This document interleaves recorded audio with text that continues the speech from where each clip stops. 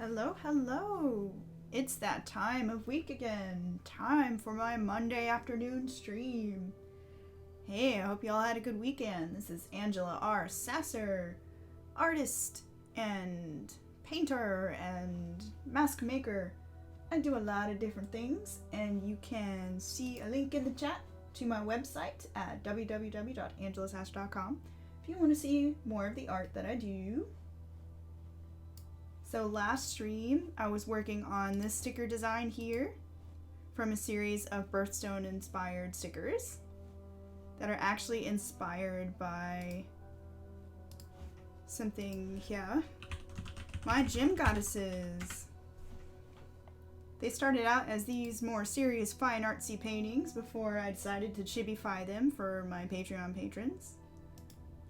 So let me grab this for reference anyway. This is what the original painting looked like. And then I chibified her to make a cute sticker design here. And last stream we actually got all the lines colorized and laid it on the color flats. So for this stream today, I'm going to be shading the sticker here. So I'm going for a soft cell shaded style, which I'm going to pull up the last one I finished so we can kind of have that as a style reference here. The last one we finished was the little gym lady goddess of July.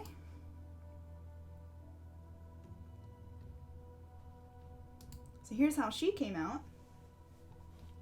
Hey Sandy, welcome to the chat.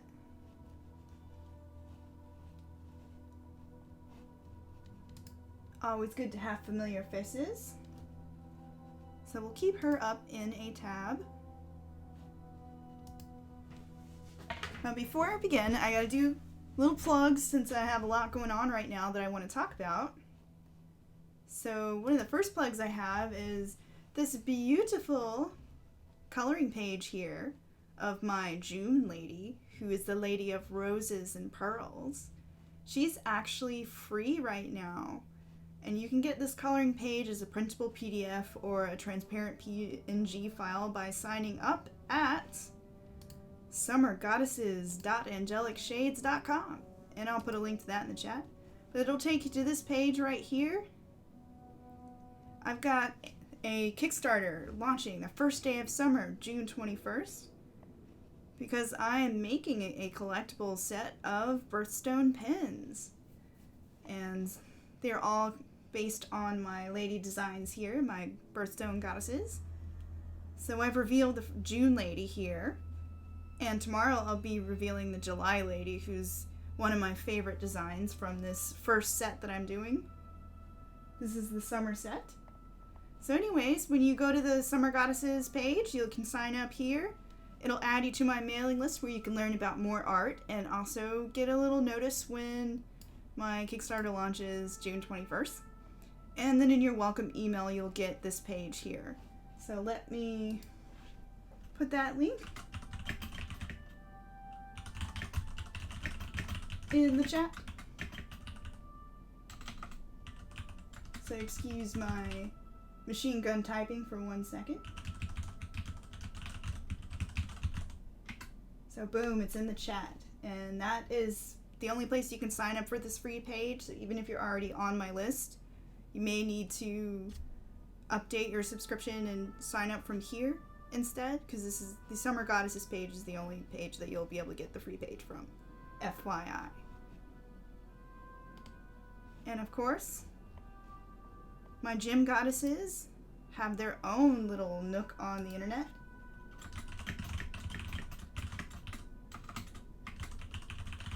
And if you want to explore their dedicated gallery, I'm going to put that in the chat as well.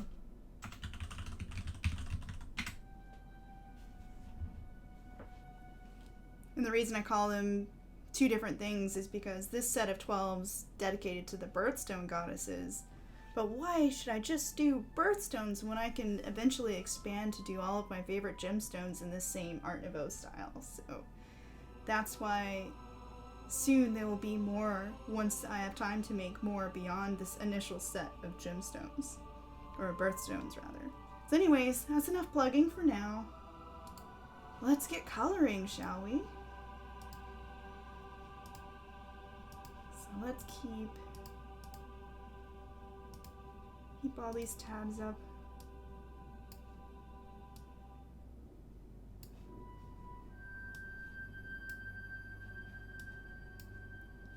Organizing my tabs here.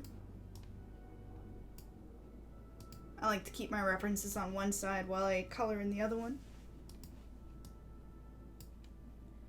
And just for curiosity's sake, I am working on a Cintiq 21UX in Photoshop CC.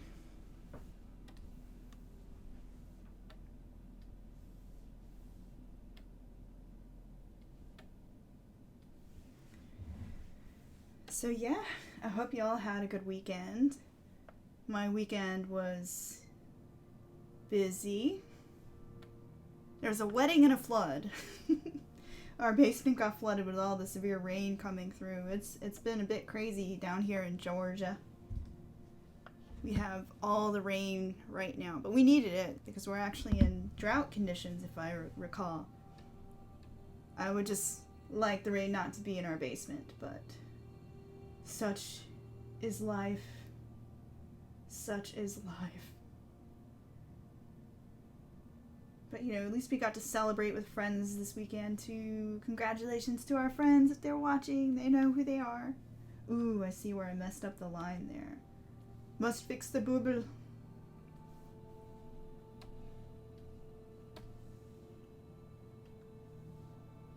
Oh, lucky. Holiday would be nice. Ooh, coming back to basement issues, I definitely want to head back out to the beach for a while until the rains are over. But hopefully the barrier we built holds. Ooh.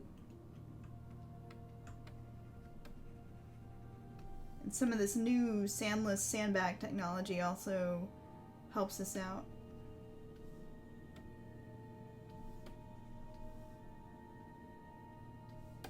Ooh, we also had E3 this weekend, which I missed a lot of, but I think we tuned in for... What did we watch? We tuned in for the Microsoft conference, and that was pretty cool.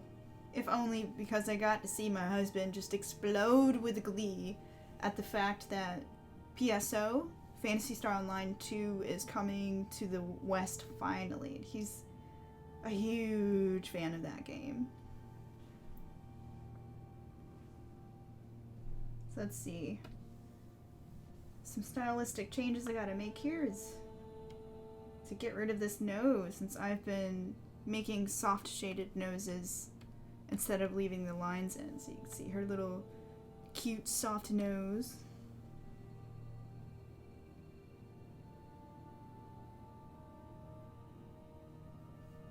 Yeah, I know it's been a rough weekend for you too, Psyche. I know, it's like feast or famine with those work hours. I hope they can even it out for you at some point.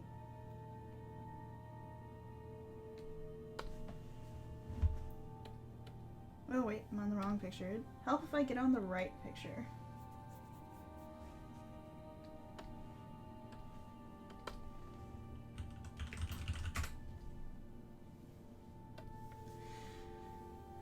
But yeah, so PSO, he's hyped about that. I want to be hyped about Cyberpunk 2077 because it's made by CD Projekt and I generally like their stuff. But I think I just have some fatigue going on about it. Like, I've just like... Oh. And I'll explain that in a second once I figure out what... Oh, I know what's happening. The skin layer did not color there because I used the selection to fill it in. So once I color this, the shadow should show up. There we go. Hey! Awesome to see more folks in the chat. Hey Charles, hey Malvi. I can't respond to comments on Facebook, but I can, like, I can't type responses, but I can at least talk to you verbally. So, hello. But yeah, Cyberpunk 2077. I'm just a little fatigued by that dystopian neon punk aesthetic because while it's cool and I won't begrudge anyone if they like it, I'm just like, where does solar punk at? We have so many issues regarding climate change and green technology that are relevant to us today that it'd be kind of cool to see that reflected in more near future worlds. I just want to see more stuff like Horizon Zero Dawn, I guess. I'm like spoiled because that game was so awesome. Like, I'm sure Cyberpunk's gonna be fun, but I'm just like neon dystopia fatigued out. So I'm not as hype as I thought I would be for it. But if you're hyped, then cool, you know, I hope you guys enjoy it. I would just like to see something different.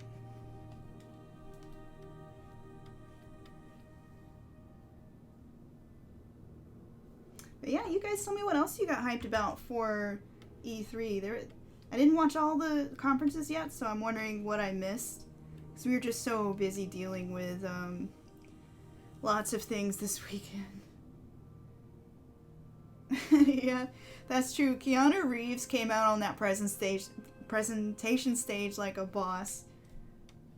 And he was just so excited to be there. I was so tickled when that one person was like, "You're breathtaking." And he was like, "No, you are breathtaking."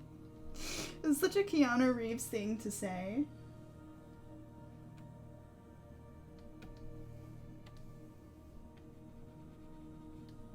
But yeah, I'm at least gonna play Cyberpunk, but I probably personally will wait.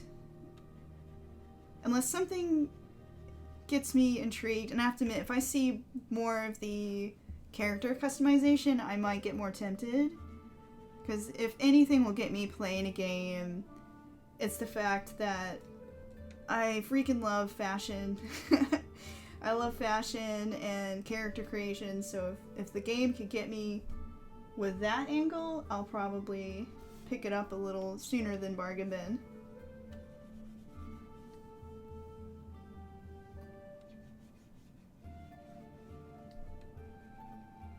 See, I'm hyped for Death Stranding, but I've said that for like the past 2 streams where I've been like, yay, Death Stranding. You are so weird and I can't wait to play you.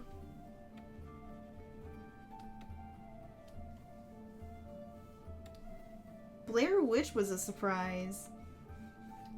I'm like, people still remember Blair Witch? And it had such a cool vibe for it, even though I'm not the biggest fan of... Oh, this looks like a beard. I gotta fix this shadow. It looks like a beard. Yeah, not such a heavy shadow under her chin. But yeah, the Blair Witch game looked interesting, even though I'm not the biggest fan of first person, which is why, another reason I'm like, Cyberpunk, because I'm just not good at first person action games. They're just not my thing. I suck at them.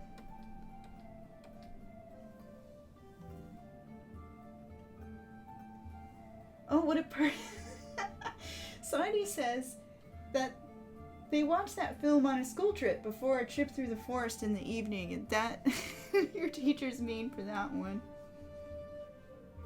Or you guys just decided to watch it on your own. Either way, that's maybe not the best thing to soothe nerves for anyone who might be nervous about going into the forest.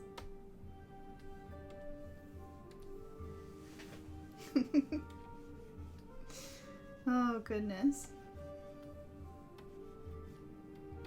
But yeah, the trailer, the game trailer had like this cool Silent Hill-esque vibe, and Silent Hill is like one of my favoriteest games ever. Up there with Fatal Frame for me.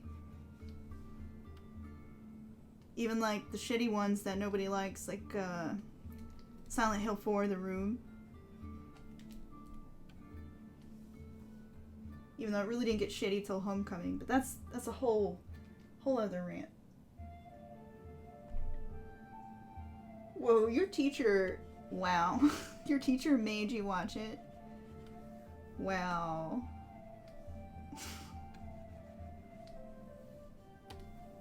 Just wow.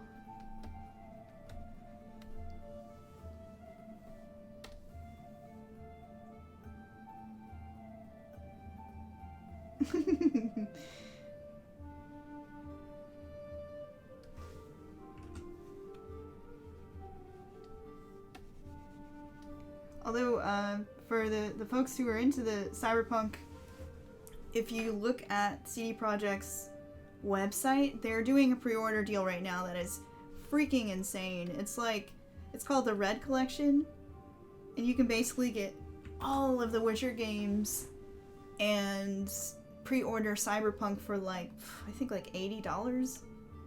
It's an insane deal. If I didn't have all the Witcher games already, I would probably go out for that. If only because it's such a good deal, and I can get over my madness for that good of a deal.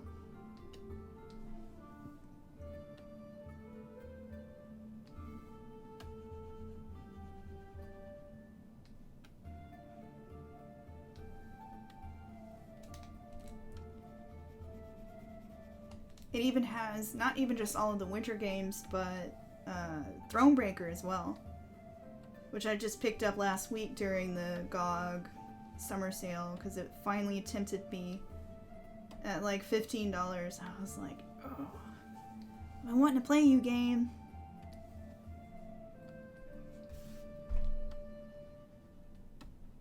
If I ever freaking finish Dragon Age Inquisition.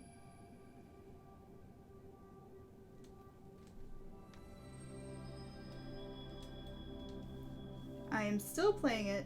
Been playing it all weekend because it's actually kind of a good stress reliever for me.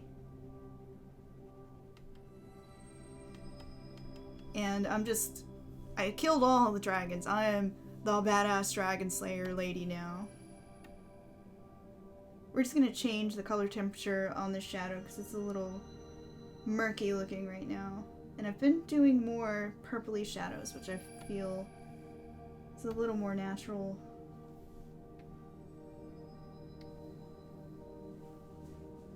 Yes, much better.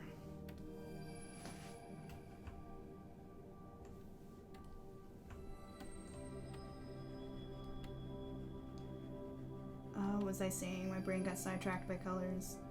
Blur, blur, blur, blur. Dragon Age, yeah. I've killed all the dragons. Now I'm just going through all the war table operations. Like, I don't even know why anymore. I'm just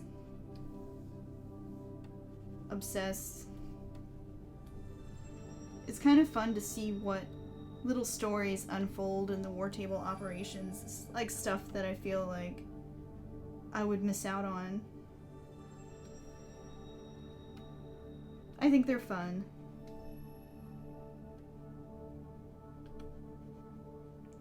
And for those who haven't played Dragon Age Inquisition, you basically have the war table is where you have all these advisors that come up next to you, and you have this war map laid out, and you have to choose stuff like bring supplies to a village, or investigate this ancient ruin that's giving off an evil aura. It's like this cool side quest mechanic that they have set up. So I have fun reading all the little side stories that are included in the war table.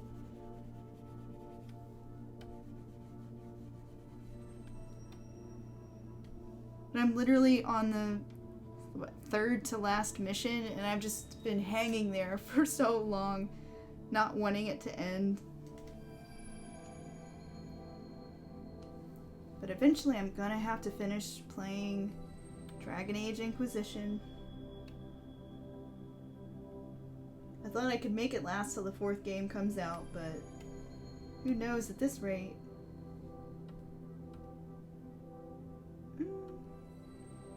I thought I colored in underneath the eye makeup, but I guess I didn't. Let's color that in, shall we? Because I want the makeup to be shaded underneath, so let's fill that in.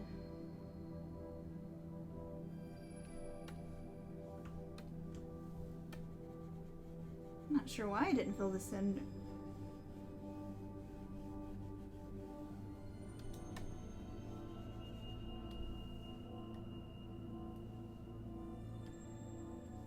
Even though the white kind of looks cool. Oh my gosh, it's getting dark outside. I hope I don't go downstairs to a swimming pool after I'm done streaming.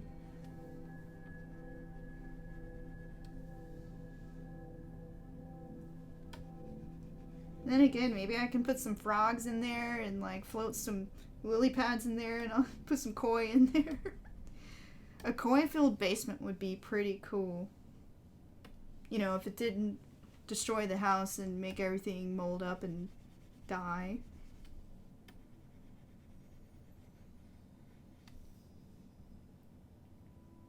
Oh gosh.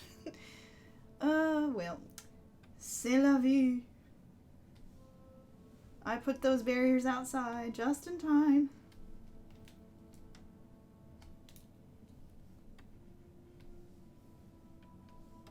I'm just gonna have to not think about it, y'all. Koi pond. Actually, I was thinking... Oh, that reminds me of something else I wanted to share with you guys. So... Save. Dude. So, cool thing. Not that. I have this extension that loads up random art from ArtStation.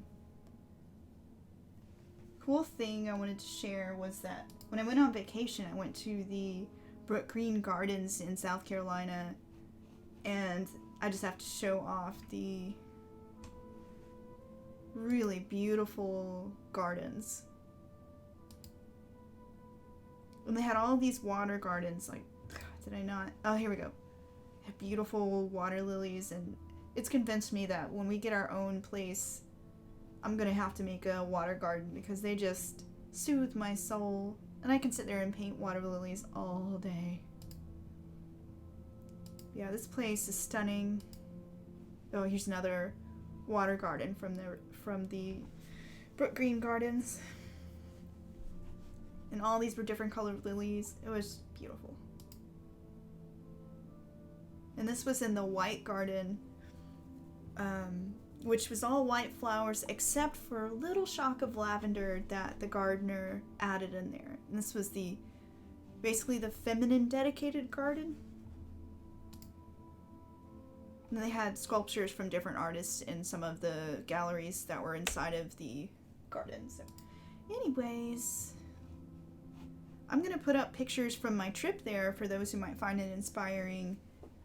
They're going to be up on Imgur, and I'll link them from my blog on Patreon. It's like a free post that y'all will be able to see. So, yep, if you want a garden inspiration, that'll be up at some point when I have time to actually sit down and upload all my vacation pictures, because I took a ton. I also got a lot of seashells on the beach. So that was fun. I'm still missing the beach. Ooh, I am reminded of something else that I got hyped for at E3. The Ori and the Blind Forest sequel. If you've never played that game, it's this gorgeous hand-animated platformer with this cute little light creature, but the plot is pretty heavy for such an adorable looking game. But I love it. It was such an amazing game, and the soundtrack is absolutely stunning. So it's really nice to see that the sequel is on its way. I can't wait to play it and promptly hand the controller over to my husband when he gets too hard, because he's better at platformers than I am, but I'm more of the stealth horror person than anything else. Like, I love stealth ninja games like Tenchu, and horror games like Fatal Frame, where it's not really that much action, it's more creeping, subtle stuff. But anyways, Ori and the Blind Forest, y'all check it out.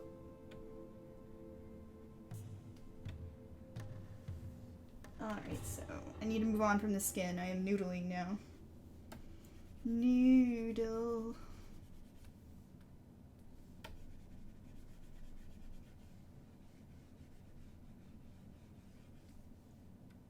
Did I plug the enamel pin too? I think I plugged the enamel pin. If I didn't, little fast plug of enamel pin.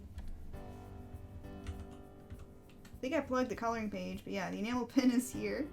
That's why I'm giving away that free coloring page, because this is coming up. This Kickstarter is coming up, so you guys can help me make these gorgeous enamel pins. Anyways. Hair. Let us do hair. I couldn't remember if I plugged just the page or the pin. There's so much to do during a Kickstarter launch, my brain starts to get a little fried. I'm still waiting on companies to get back to me with quotes for gems. Like, I want to hang little gems off some of them. But I'm putting out a lot of quotes right now to get the best price, and still getting a quote from the pin company. Just all the little background things that are... You can't really do anything about them but sit at home and freak out and wait. So it's good to get some art in right now, because I'm just kind of like trying not to freak out that not everyone has gotten back to me with the information that I need yet. That's just... Stuff takes time. We must be patient.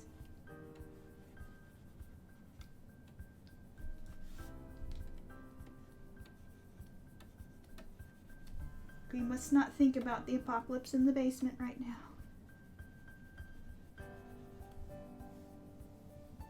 I'm just super glad I actually went out there earlier today instead of waiting for the rain to be here before I put the barriers out. Well, I'm just intrigued by the magic of modern science, because we got these sandless sandbags. And I apologize to my Patreon people who've heard me talking about this all weekend, but this shit is cool, okay? Science is cool.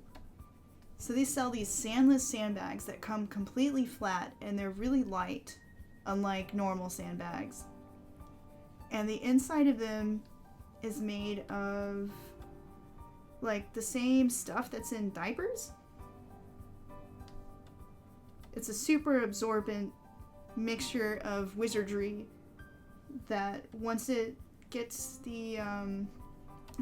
water in it, it expands, and then it forms a barrier. Like, they get their weight from the water going into them, and it's just wizardry. I'm really hoping it works as I watch it grow ever darker outside.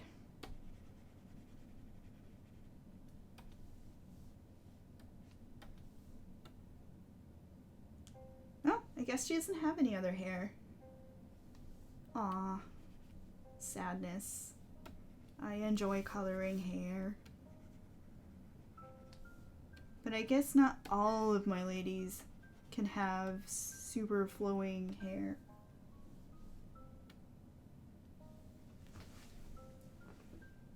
More's the pity.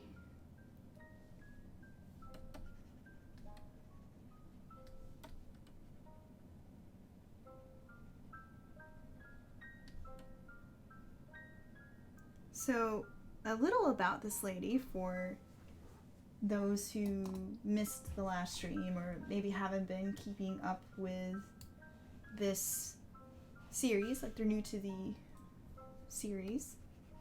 She's the Lady of August, and the August birthstone is the Peridot, which is this lovely green, yellowish green stone. And the flower is the poppy. So she's got the flowers and the poppies. And the reason I went with floating lanterns is because Obon, the Japanese festival for the dead, also happens in August. In a lot of regions. It's sort of regionally varies. And that really struck a chord with me because I love the idea that your loved ones can come visit you again in spirit. And so I went with that Obon theme for this gal. And yeah, so that's how most of these paintings were created, is that I would research real world holidays and then bring in that symbolism and also a more fantastical element to make them more my own. But they all have a little intrigue and history and folklore to them. And I talk a little more about that at the website. Like, each lady has their own page where they talk about the influences that inspired them. So there's more to explore there if you like. You can also see on the slider at the bottom right of your screen some of the design sketches that I went through while I was designing this lady.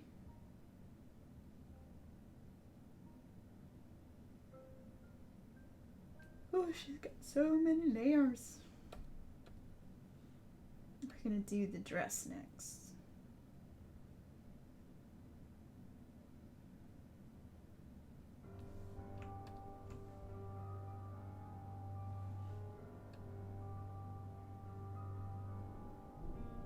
Well, here comes the thunder.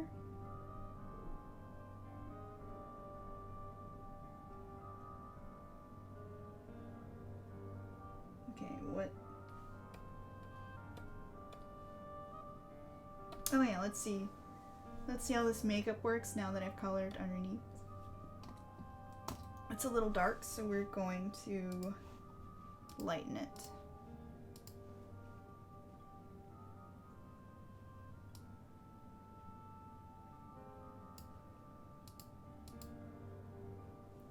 And usually when you put a layer on the multiply blending mode, it darkens more than you'd expect, so I'm not surprised to have to lighten it.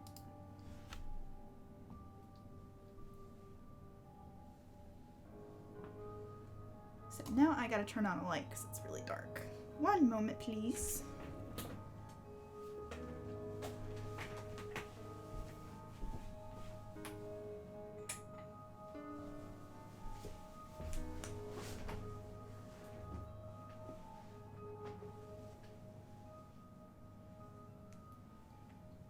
Alright. Got some light going, so I'm not sitting in here like a mole person.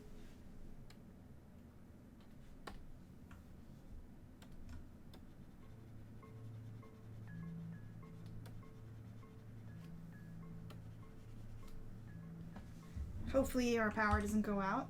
Fingers crossed.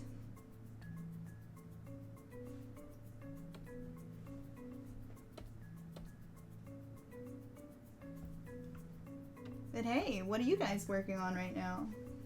Anything fun? Anything you want to share? Feel free to talk about it in the chat. You know, I always love to hear what you guys are doing.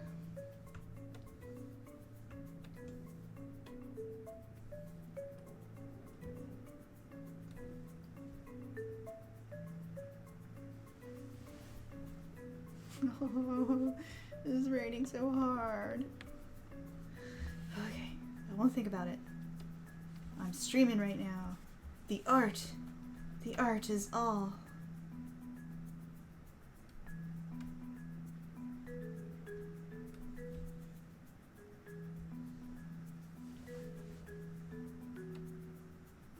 Ooh, yay, I'm so excited to hear that you're still writing, Sani. That inspires me because I've been unable to really get back to writing things, and I like it when other people are able to do it, because then that says, I too can have the strength to write. The strength and the willpower Because, man, when life gets rough, I notice it's really hard to concentrate on the words. Or at least lately, that's been how it is. I will return one day.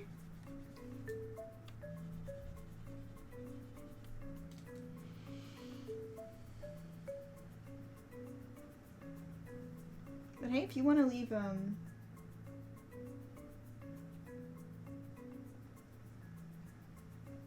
if you want to leave a link to your story, feel free to plug it there in the chat. I don't mind at all.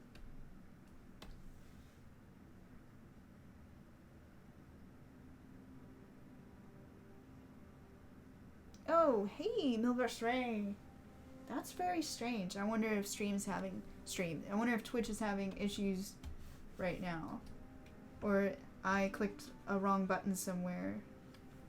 Well, hopefully it's working now. Welcome to the stream.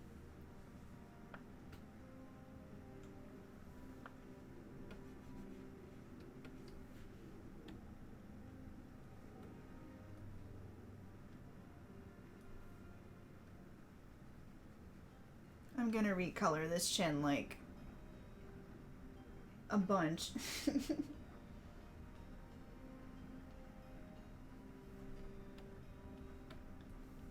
Yeah, Malby, I've had that problem too. Part of like my mental therapy is to just get out in nature and walk.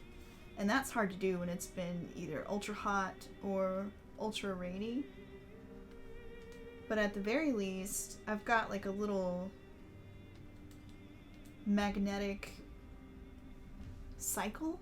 Like the magnets help control the resistance. So I'm trying to remember to use that cycle and just put on a favorite TV show or something just so I get some activity in, because art is a very sedentary job and it's easy to not address your own health when you work a sedentary job.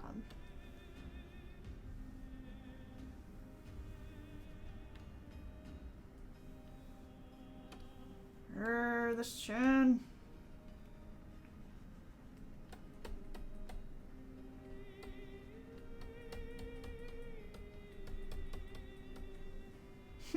Just like a grandma chin. Like a Mrs. Potts from Beauty and the Beast chin. Okay, this is just not working.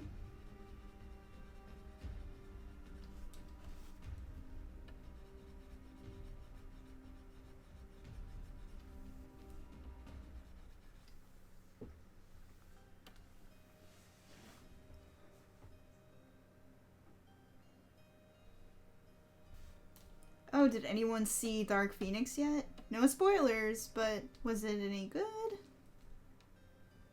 I've been hearing that's just okay. And honestly, the X-Men movies have been just okay for the longest of times now. So I'll probably still go see it just because, I don't know. I like Michael Fassbender as Magneto, and I hear he gets to do some like cool Magneto stuff, so I'm sold. I'm sold by cool Magneto stuff.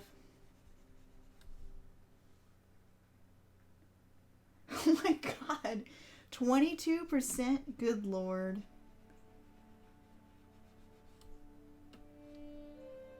That's awful.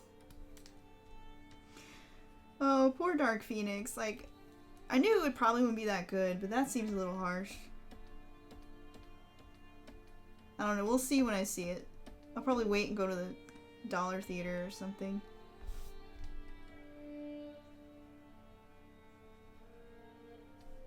I still want to see Aladdin as well, because that was one of my favorite of the animated movies, and I hear they've added some, you know, they've given more character work for Jasmine and the genie.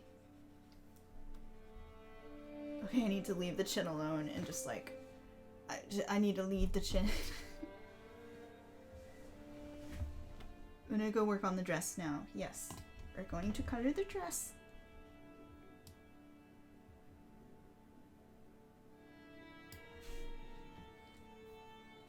Just a little.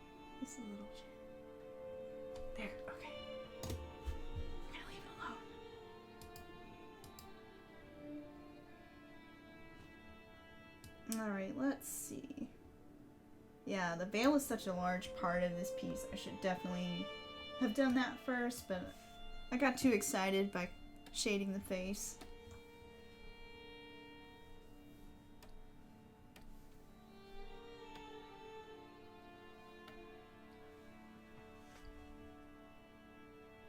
Yay!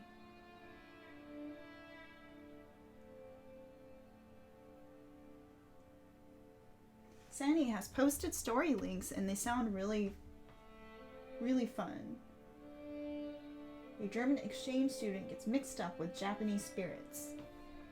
And wow, I haven't updated my Wattpad in so long.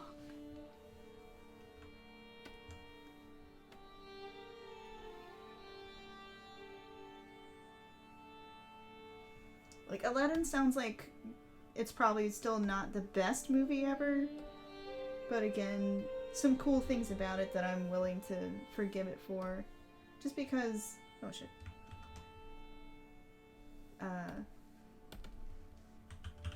I'm a Disney fan and I'm just curious how they're going to interpret things. Like, I didn't really enjoy the Beauty and the Beast live action version. The visuals were cool, but it just was kind of soulless. I don't know how to describe it. Just had no soul to it. But the dresses and whatnot were pretty amazing, like all the wardrobe.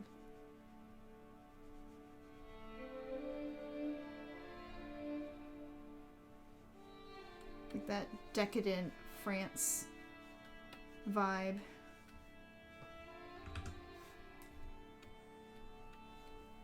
Let's see, and for this, since this is a sheer material, we're gonna, just like some of the previous little gem gals, we're gonna shade this in strokes, long strokes.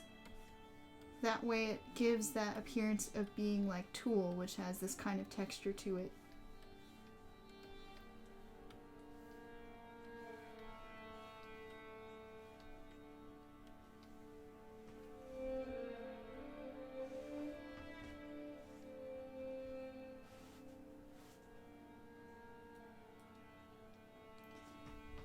Oh, speaking of musicals, because someone mentioned the Beauty and the Beast musical, we saw the Lion King musical in the Fox Theater, and that was gorgeous and very emotional for me.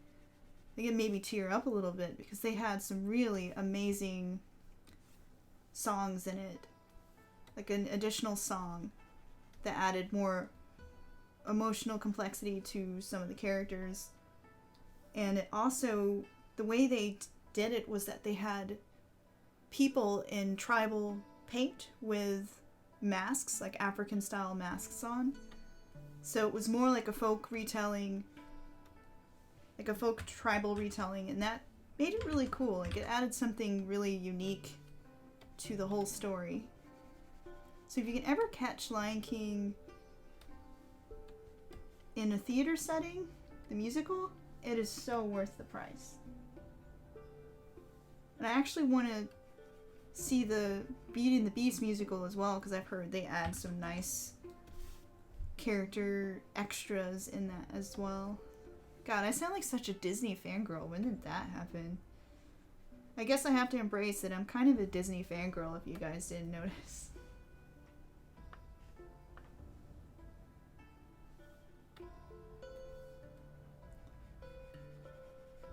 And yeah, Milverse Ray says that is the setting for Aladdin's very inspiring. Yeah, I'm in it for the clothing and to see how they handled the setting as well.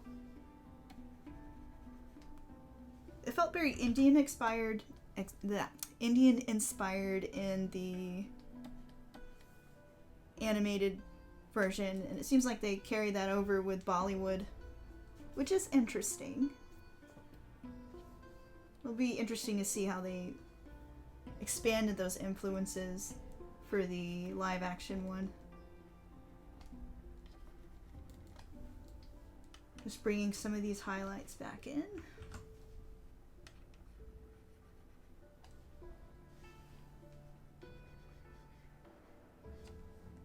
Malby, I also saw Godzilla last weekend.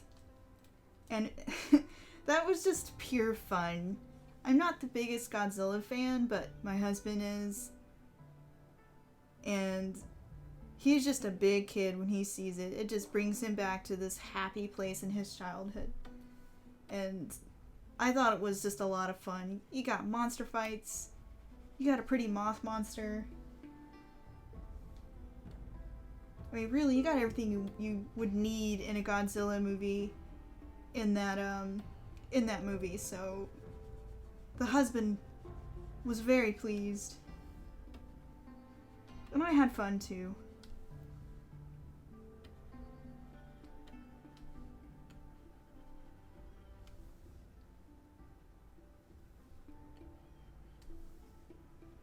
Although I kept seeing the actress whose name I can't remember, but she plays Elle in Stranger Things. And she had kind of a similar hoodie t-shirt thing going on, and I was like, it's Elle! She's gonna bust out the psychic powers any minute now. My brain was still in Stranger Things mode when I look at her.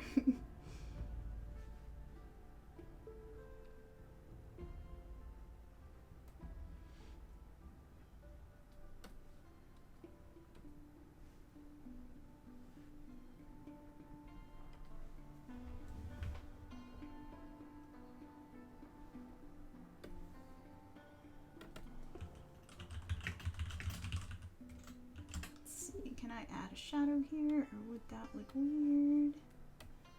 Yeah, it kind of works.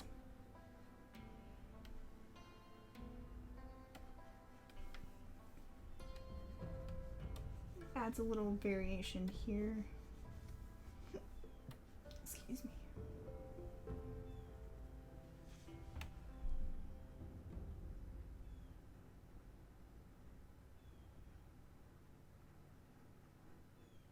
You know, I'm not sure if there were practical effects in the new Godzilla, but I do feel like from the way they animated the monsters, they're definitely CG, but like I feel like they tried to pay homage to the way the monsters moved by sort of mimicking the way they moved when they were people inside of the costumes. Like they've mixed the best of both worlds.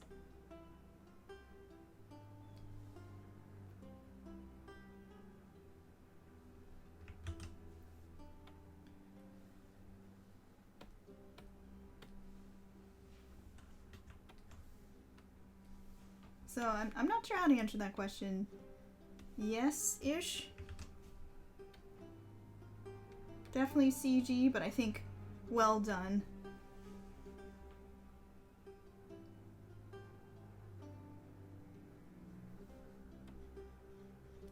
Gosh, which is the one with Matthew Broderick? Was that the 2014 one or the new one before this one? I can't remember.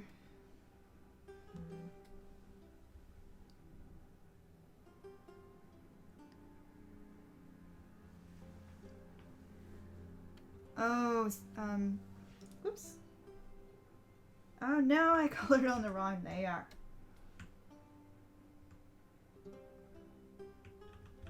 Crap. Redo. What was I gonna say? My brain was derailed.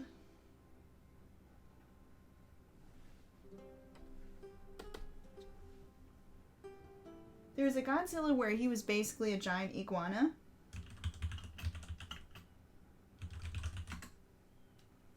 Oh yeah, you're talking about the giant iguana Godzilla. Yeah. Yeah.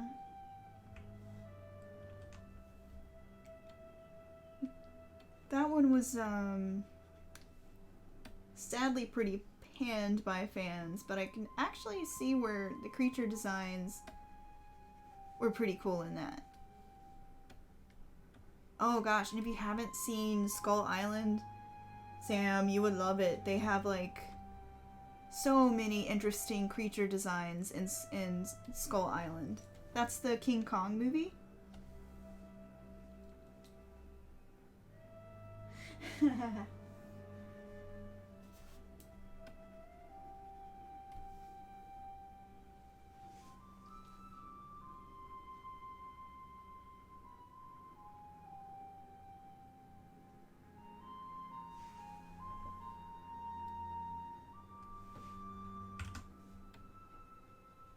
Gotta remember these cast shadows in here.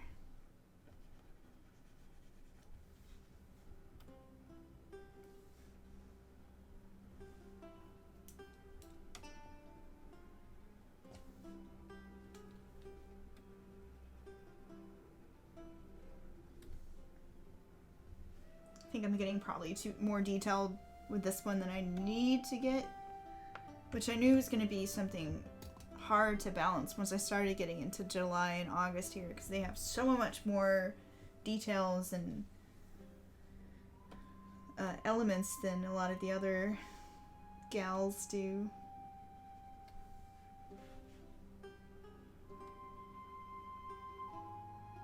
But I think if I can keep these shapes clear, that we're gonna be fine.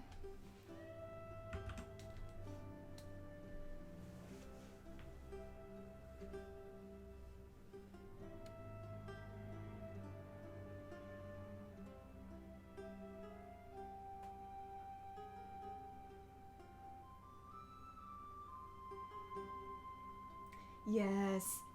Once you watch Skull Island, you'll have to tell me what you thought of it. Cause at first everyone was like, yeah, you gotta watch it, Angela. It's good. And I'm like, meh. After that Peter Jackson King Kong, I was just like, this isn't a big monkey. I've kind of seen it. I'm not excited by it. But then Skull Island presented it in such a way where you're entering like this whole new environment where something big like that can thrive. And like there's a whole cultural build around it that actually, you know, plays a bigger part in the story, and there's this whole mythos around him, around Kong, and the way it was done is pretty cool. I really enjoyed that one. You know, I've heard that animated series was good, Malby. I can't remember watching it, but I remember seeing parts of it on TV or like ads or something. Oh god, I feel old. Fail. What the hell did I name this layer? Did I even color this layer? Okay, we've lost a layer, so time to use auto select. Sheer? What? No.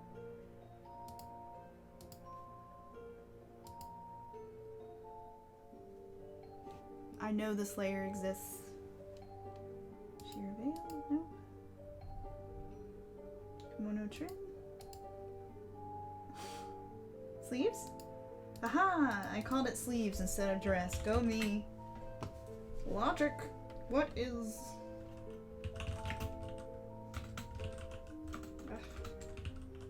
Oh, I can't type with my glove on.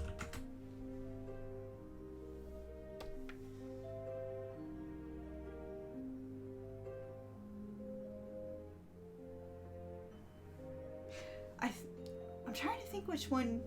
Are you talking about Jumanji, perhaps? The movie with The Rock where there were a bunch of huge mutated critters. Jumanji was cute. I enjoyed it. It was cheesy, but a pretty awesome update to the old Jumanji with Robin Williams. As much as that, the cheesiness is kind of classic in my heart.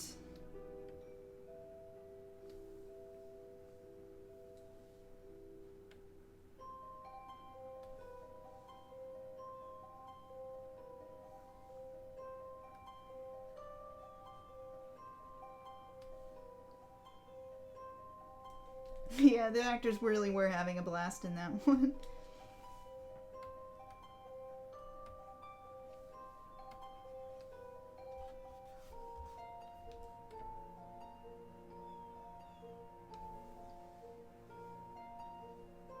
Oh, okay, you're talking about Rampage, which is another video game inspired movie that I can't believe it actually got made. It looks so bad, but so good. I haven't seen it yet, but I think I saw it on streaming. Yeah, I need to watch that just for cheesy amusement.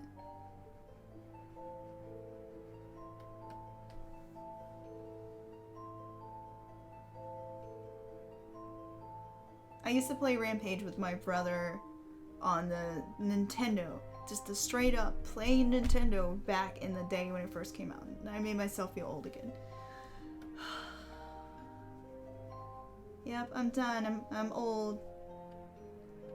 I'm gonna wither away into dust now. But yeah, I always chose the lizard because she was the chick monster, right?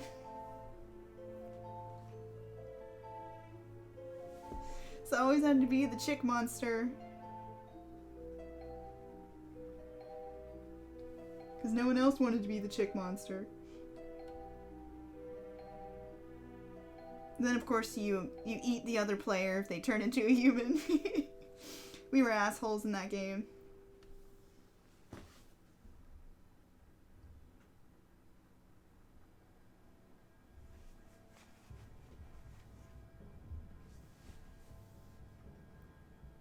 Let's see. Make sure I keep like accidentally pausing the music. Okay, you guys still have music playing. Good. Whenever I click off with my stylus, it tends to mess up the music for me. No, I guess I need a break. Alright, quick break, everyone. We are going to stretch.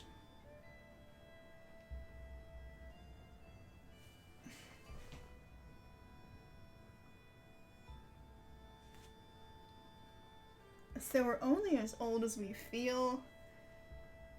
I'm gonna go with 20. 20 was a good age. I still had a digestive system that worked. I could eat chocolate muffins for dinner and... what else did I used to eat that was terrible? New York Philly cheesesteak sandwiches for lunch. That was my college diet, was like cheese sandwiches, cheesesteak sandwiches, and chocolate muffins.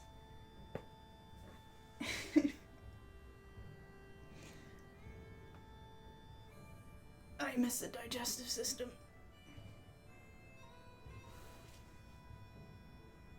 Yeah, you used to walk with me over there a lot, Malby. I still miss that place. I say when we all get old, we should just like start this artist commune and like non-artists can come too.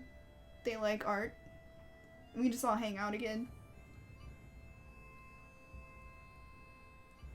But in a non-culty way.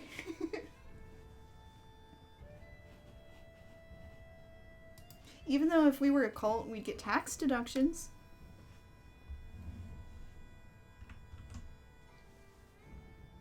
Oh god, yeah. Oh, instant ramen. I had that a lot too. There's so much sodium in ramen, I could not even think about it anymore. That was like college diet plus when you've just graduated and you're poor. So ramen is what you can get.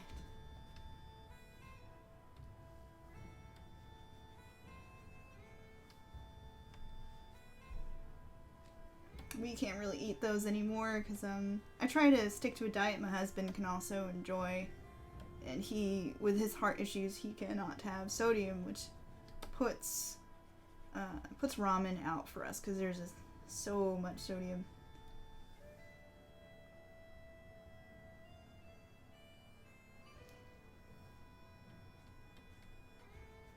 Oh, and then there's some really good ramen at we have like Japanese grocery markets around here.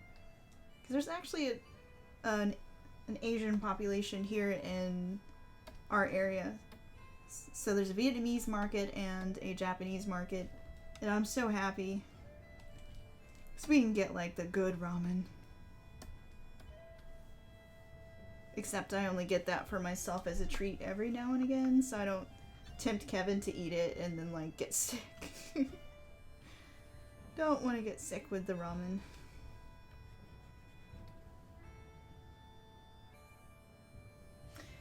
You know, I bet you we could try to make homemade ramen. It would just take a long time. But then we could do it with like the little egg on top.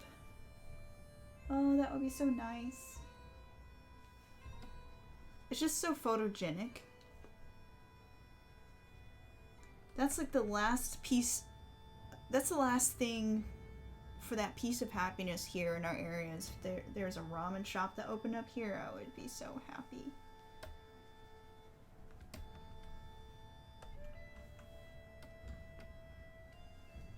We need a noodle place. That would be amazing.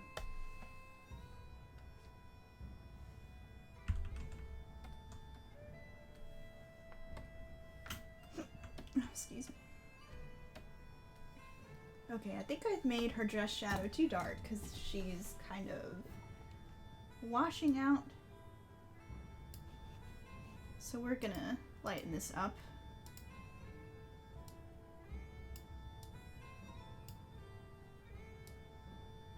And you know, I randomly just remembered that I forgot to do something on this Lady of July one, so let me save. I may have forgotten it on the last few ladies. Let's see. I remember I did a gradient fill to give them a sort of subtly lit effect. And I did that with... Did I do it with March?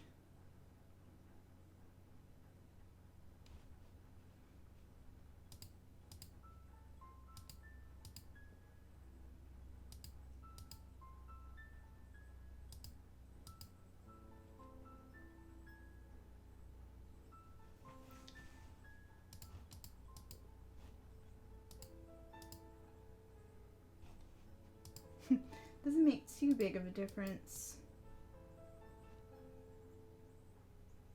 It's like this very subtle thing. We're gonna copy that effect because I want all of them to have continuity. So with July, let's drop this gradient fill in.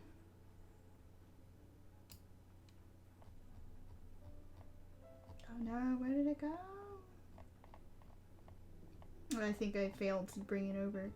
First, let's make a selection of just the figure. Oh, so many layers.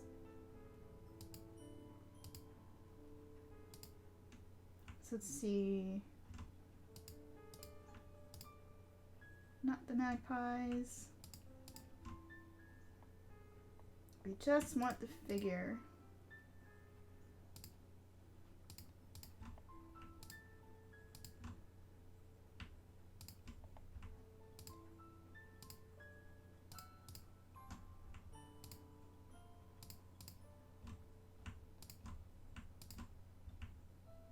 Alright, I think I've got all of the figures.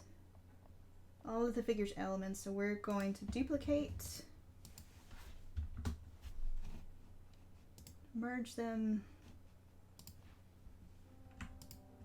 She looks weird without her shadow. Alright, so now I have a handy selection that I can use to mask off this gradient fill that I'm about to drop in there.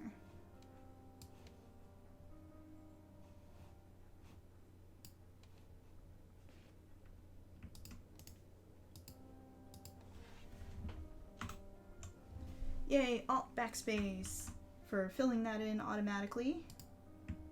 Glad my friend taught me how to do that.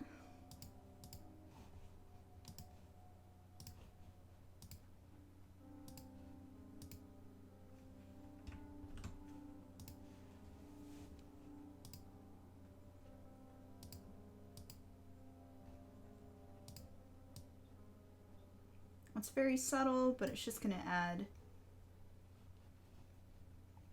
a nice continuity to the shading and to the elements. I mean, maybe I'm the only one who can see it, but I know it's there, and I think it adds this soft, subconscious touch that unifies all of these pictures together. But I'll have to go back and make sure I actually remember to add that gradient fill to each one.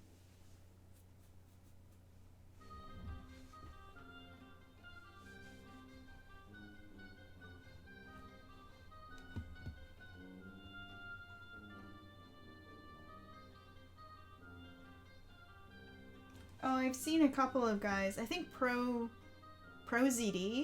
not ProZD.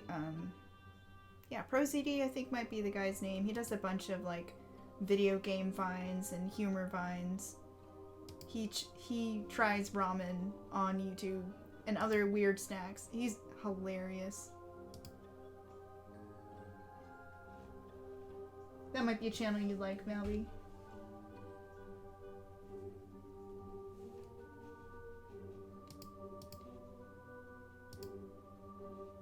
Okay, back to coloring.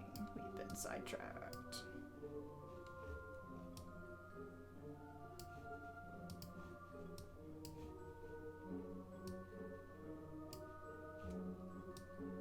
I really do like how the March one came out. She's like... Something about her colors just works so well.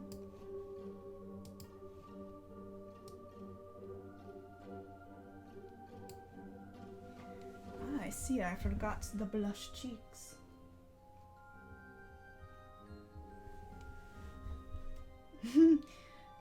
Milvish Ray says, if I stare at the blinking cursor long enough, words will come out, right? Oh, how I wish that was the way that writing happened. Sadly, that is not how it do. But hopefully the words will find you soon. Sometimes they elude us.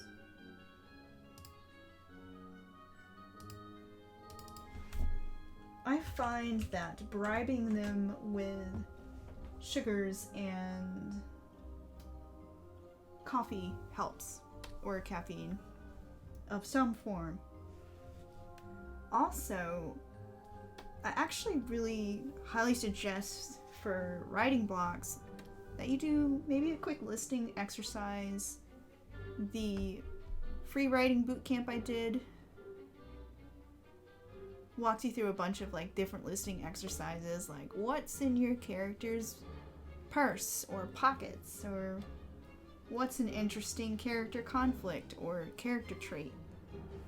And it just kind of gets your brain in another mode. Sometimes it triggers inspiration. Yes, you should totally do the bootcamp. I kind of fizzled out after the second week, but I'd love to get back in there and maybe share that experience with other people.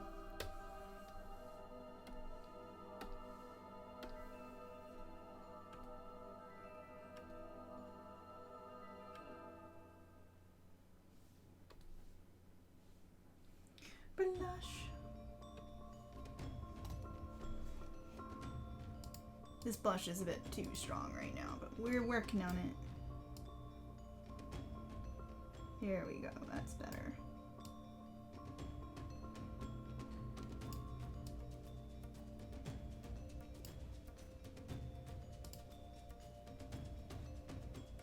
Yay, I can't believe you're almost done with Quick Burned. That's gotta feel really good.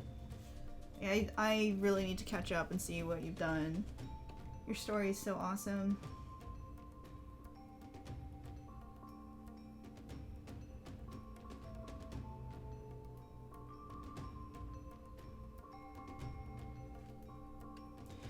Ah, Camp Nano. Sandy mentioned Camp Nano. And for those who don't know what that is, it's like... let me make this layer and then my brain won't be fighting for processing power. Alright. Okay, so Camp Nano happens in July and April? I think it's April and July. And it's a lot like NaNoWriMo in that you can use your username and stuff to sign up for it. And then, but unlike NaNoWriMo where you have a word goal, this one encourages you to just have any goal. Like you can set write for 2 hours a day, or you can set an hourly goal, or if you want to draw, you can be like, draw for 2 hours a day. I really love it. It's been a cool way for me to challenge myself. Like I've used it to either write or draw for my story. So say my challenge was if I can't write, that I would just draw an illustration from my story. That was how I got so much work done on Uncrucified like the year before last, I think it was.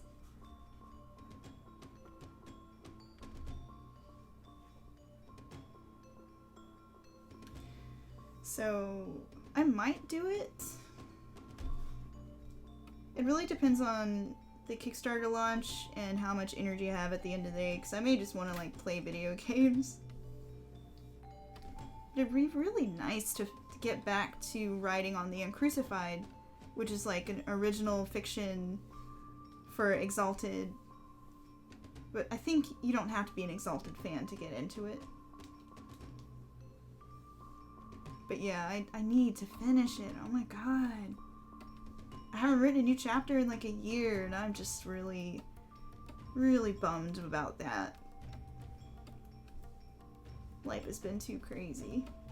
So, NaNoWriMo and Camp NaNoWriMo's have been my way of motivating myself and giving me an excuse to do things when I feel tired or overwhelmed. So that kind of accountability helps gently nudge me towards productivity. So I highly recommend it for people.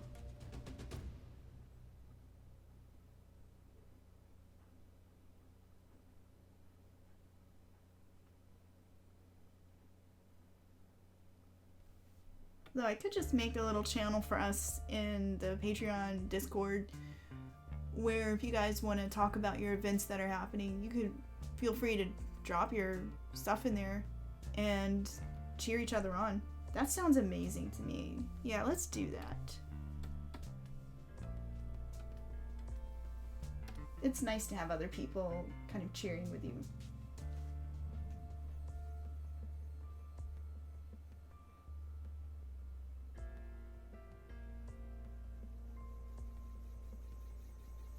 I'm not sure what I'll do for actual NaNoWriMo either. Like, I eventually gotta stop avoiding the original fantasy story I've been writing for years. I keep avoiding it with fan fiction.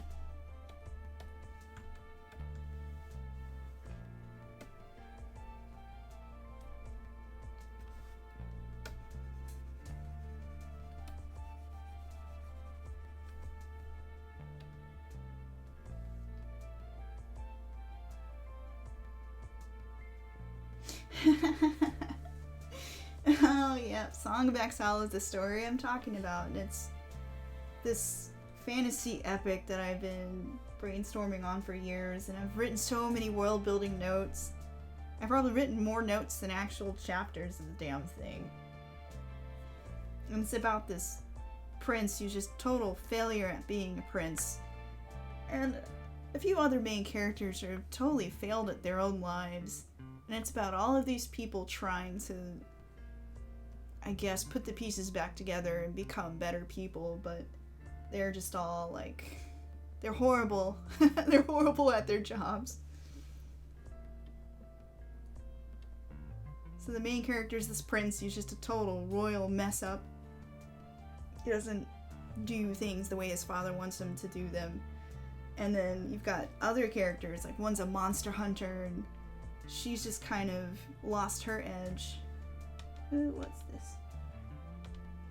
Hold up, I noticed where I have overlapped my color onto the wrong element, and we must fix it. Then you've got an elf who's a spy, but he's kind of, well, a washed up spy. Like, his head's not in the job anymore. They're all really fun characters, a lot of whom who started out as D&D characters, and I've just kind of absorbed them into... What the hell is that layer? Ah. I've absorbed them into my whole story. That keeps happening. Like, I keep taking D&D characters and shoving them into this fantasy epic. Oh, I don't think I ever finished coloring in the ropes here. Whoa. That's weird.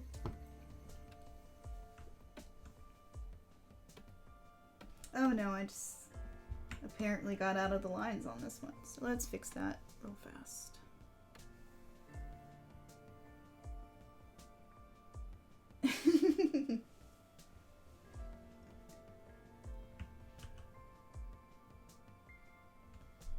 Yeah, as you know, I've absorbed Kalara into it recently from Exalted. She's now in Song of Exile as a fairly important character.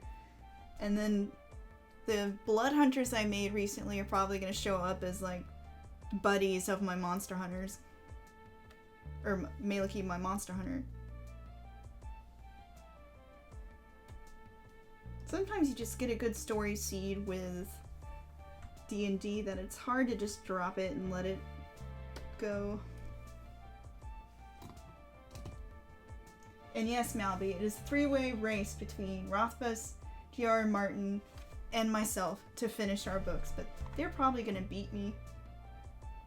Though I've made an oath to myself that if I am not, if I don't get significant effort done by age 40, which is maybe sooner coming rather than later, that I'm definitely going to be juggling some things around to make it a priority in my life, because I don't want to end up writing things when I'm too old and maybe don't have time to craft these epics because I'm dealing with other things. So I'm like, I gotta get going before I'm too old.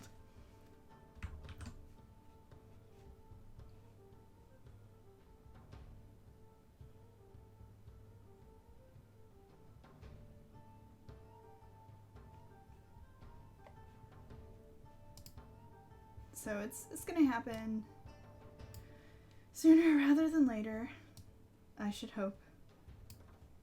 You know, I should put some highlighting in the hair here. Some happy little highlighting.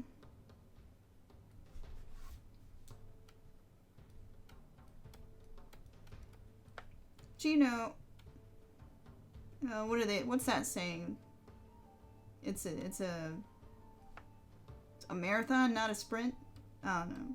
There's some saying that would make me feel better here where it's not about rushing to the finish line, it's about making quality work, so we'll get there, you guys.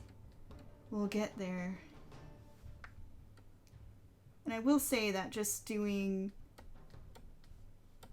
the boot camps really helped. Like I'm definitely planning to pick up the Neil Gaiman masterclass when I have the extra funds.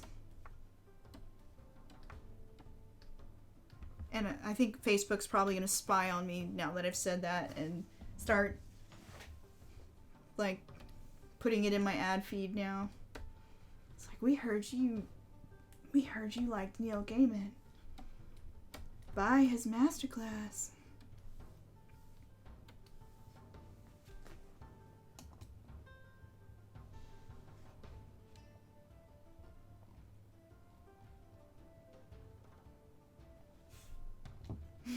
I'm the worst at remembering sayings. I might have to invent a character now that just can't remember sayings correctly, or they use the wrong words for things. I think that's a hilarious character quirk to have. I should color the eyes now. It's one of my other favorite things to color.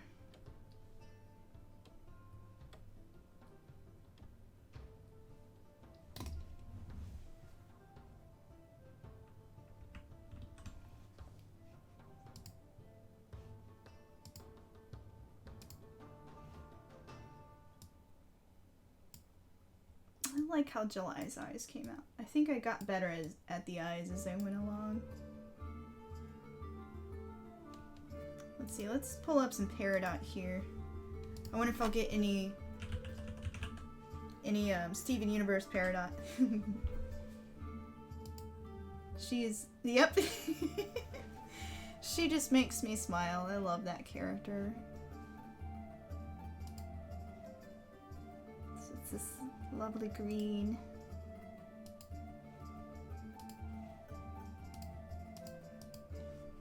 Just gonna have that up here in another tab for inspiration.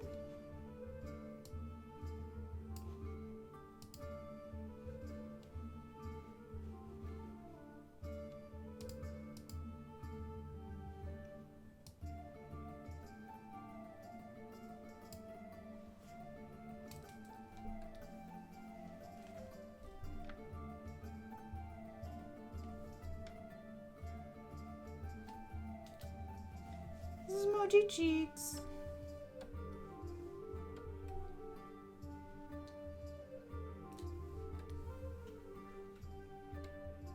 Wow, yeah, I think I forgot to answer the earlier question. I would like to use Camp NaNoWriMo to either finish up the boot camp, the writing boot camp I've been talking about, or I could do the Exalted Art Challenge and write some more on the Uncrucified, my Eclipse's story, because I'm just getting myself so depressed not having made a new chapter for that story in like a year. That's just... I'm ashamed. You know, life happens. I think it would just improve my mood to actually get some more going on that story. Because I have most of the major beats planned out. It's just a matter of getting there. Maybe if I stop playing so much Dragon Age Inquisition. But it's been like my stress relief, that game. But I just gotta balance the video games. Oh, what is up with the shape of this eye? Let's see here.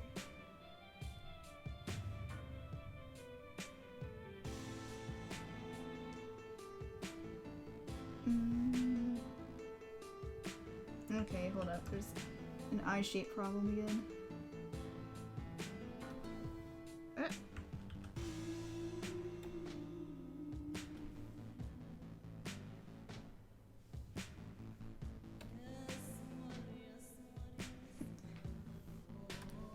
Thanks, Milversary. I appreciate that encouragement so much, you have no idea.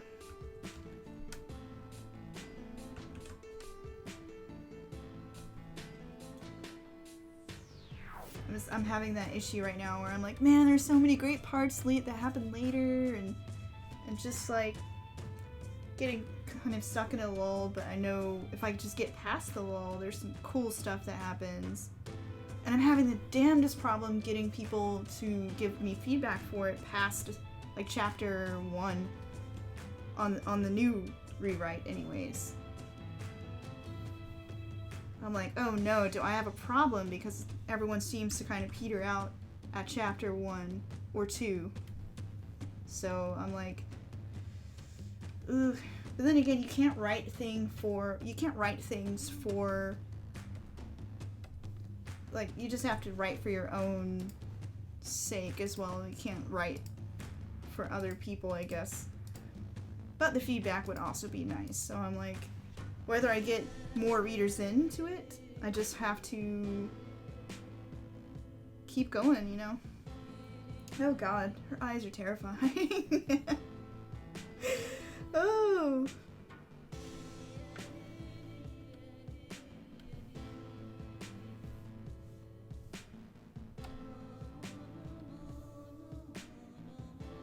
Maybe because her pupils are so huge. Oh wait, did I somehow get on the wrong layer? Wait. Oh no, I didn't. I'm on the other picture. Oh my god. Brain. But yeah, I just gotta keep going.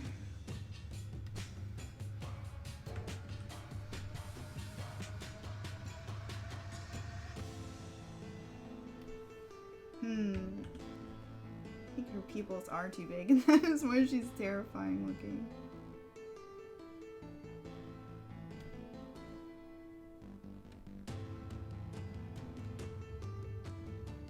Then I'm having that other problem where I don't want to like publicize the story too far either, because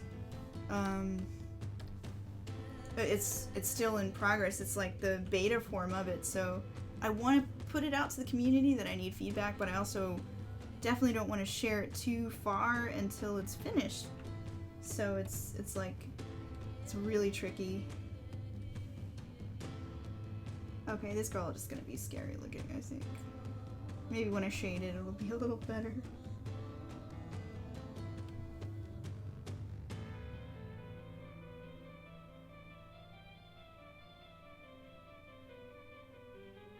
Oh gosh, yes. If Milvis Ray, if you had time to do that, that would be really, really awesome and helpful, and I would definitely appreciate that. And if you have the time, I know you've got your own stuff that you're doing too.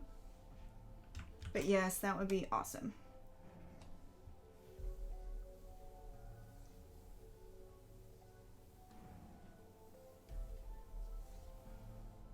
Yeah, I think there is something to be said about posting to the writing community.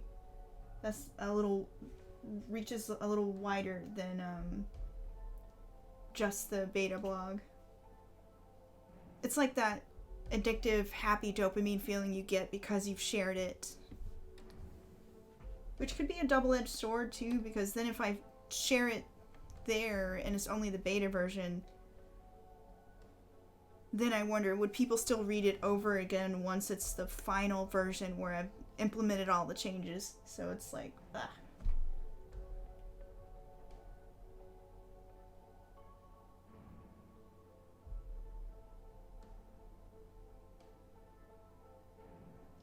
And Sani, I admire your raw enthusiasm. I used to be a lot more active in the fanfiction community. I've written DBZ fanfiction about a Saiyan elite soldier who's sent to assassinate Frieza. I've written, I've written a lot of Vampire the Masquerade fiction. Although I hardly ever finished any of that because I had this whole epic in my head that never got finished. I have a bad habit of that.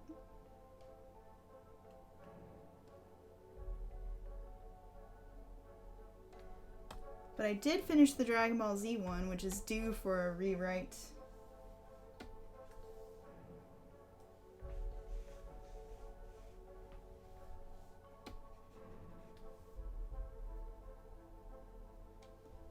Yeah, I think I actually... The release schedule that I enjoyed most for The Uncrucified back when I was first publishing it was that I had like a chapter coming out every other week, I think. And I also put up concurrently an audiobook chapter, which I really love to read out loud, you guys. I'm that nerd who was always like, let me read in class. So I like to do like an audiobook and a chapter, and then people get a chance to like read it in that week between.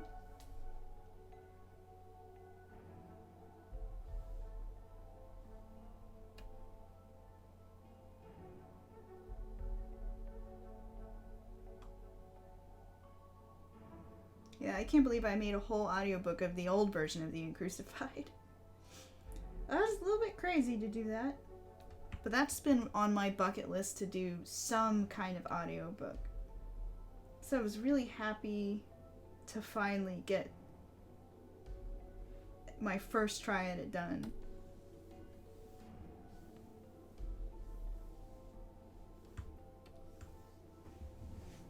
Man, we better keep Lady of August away from the catnip.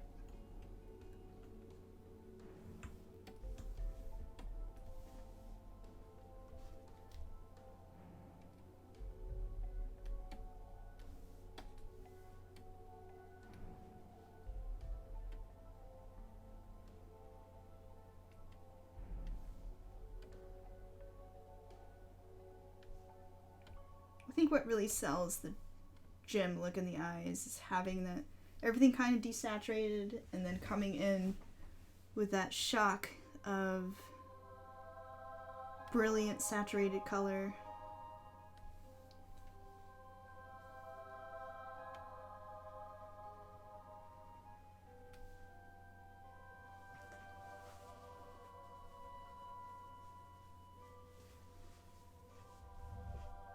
Oh man, a radio play of your story would be so much fun.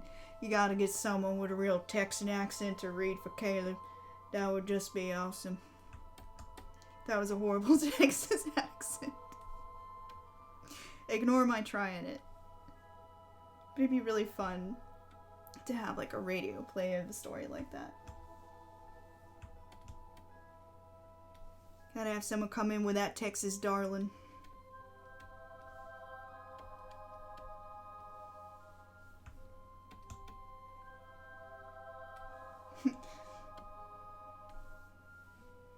I used to live in Texas, so that became one of my favorite words.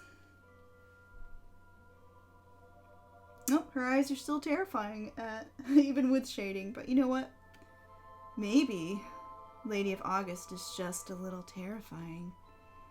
I mean, she is a guide for the souls of the dead, so if you cross her, her eye beams will get you.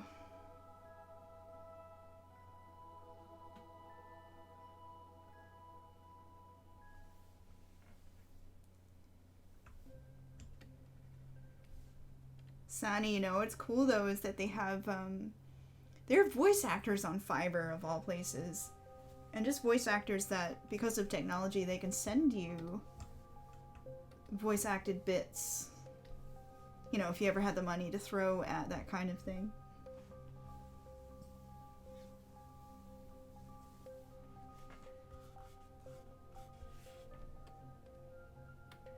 I would love to get into voice acting just because it seems like fun, but, you know, retirement plans.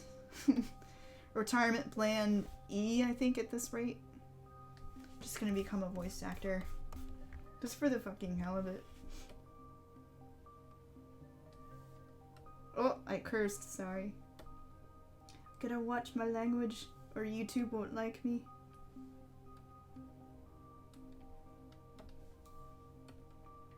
I've even started voice acting for my latest D&D characters just because it's just fun.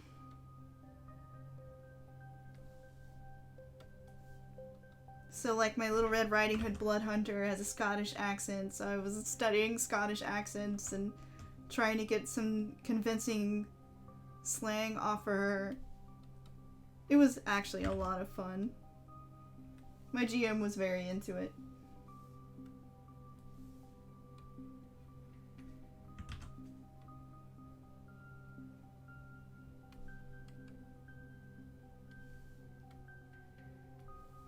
I just love that I have a GM who's as big of a geek as I am.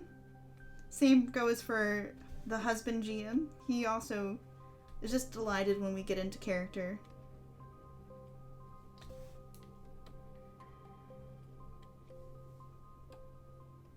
Eye beams.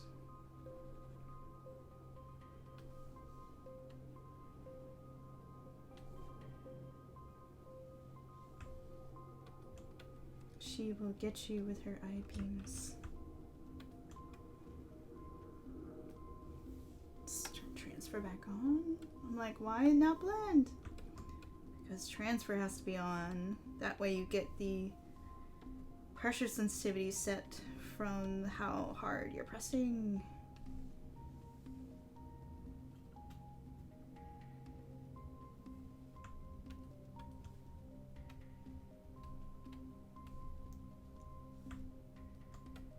I have to say, it was an interesting experience reading for The Uncrucified. My favorite character to read in that was Clara's father, Aaron. Because he was very proper, and he would come in and just be very confused and proper about everything that was happening. And I just thought he was hilarious, good fun. And I wish there was more of him in the story.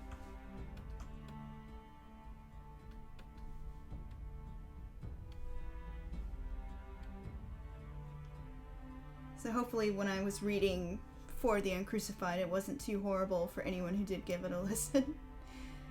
Because I've read some audiobooks that are just like old men reading for women, and it sounds so weird. Like the Game of Thrones audiobooks are kind of notorious for this. And as much as I like it, like the books and whatnot, even though I haven't finished them, it's like, yeah, it's like, please move on from this part where you're trying to describe some kind of sensual encounter and it sounds so awkward in the voice of a man trying to sound like a woman.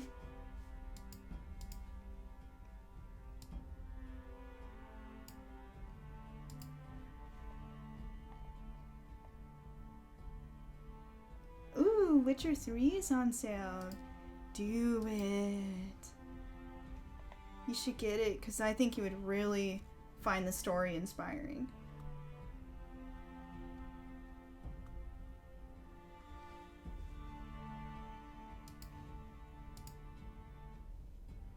Sonny, if that question's geared towards me, or you're talking to Milverse Ray?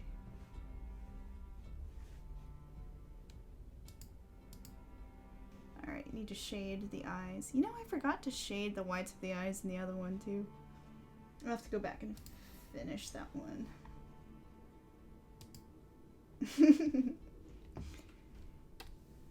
Yes, you should get it. It's really so good. You will find it very... Whoop, you will find the world of it pretty inspiring, I think. I know I got lots of inspiration from it when I was writing The Uncrucified, because there's a lot of, like, card games and gambling and tournaments, card tournaments, especially if you get into the Gwent side of things.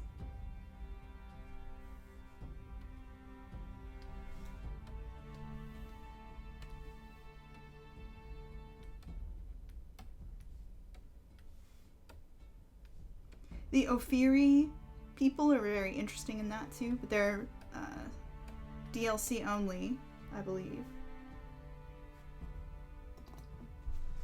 If you guys play it, I'd love to hear your thoughts because it's one of my favorite games. The world building is so well done. And I probably have way too much influence from it that's gonna show up in my own stories since I love Monster Hunters.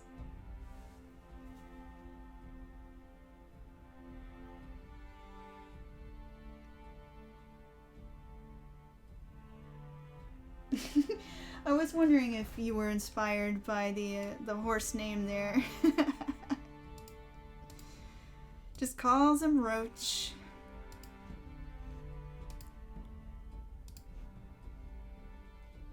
I mean, you gotta keep things simple.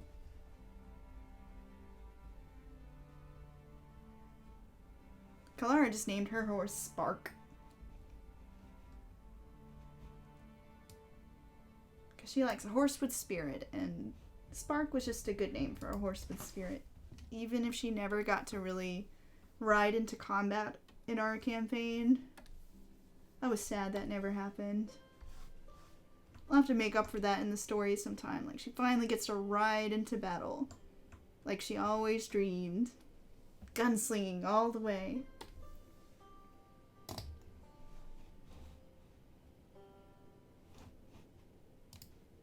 I'm so slow today because I keep talking. But that's fine. It's nice to like hang out and relax with folks, and I miss hanging out with folks.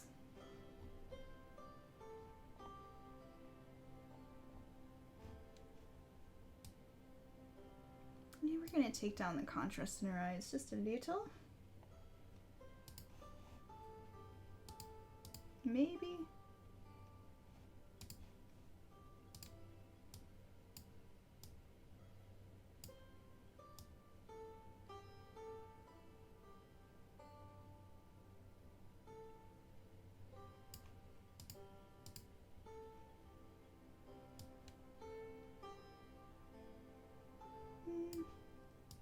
No, I'm just noodling.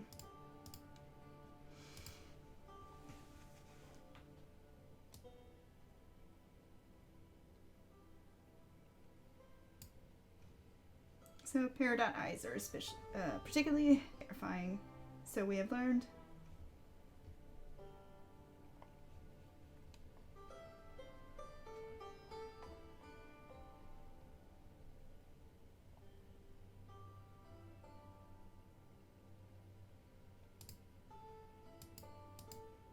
Alright, head dangles time.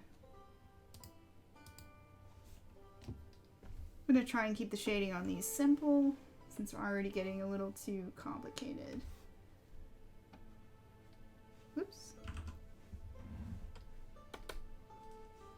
Dangly shadow.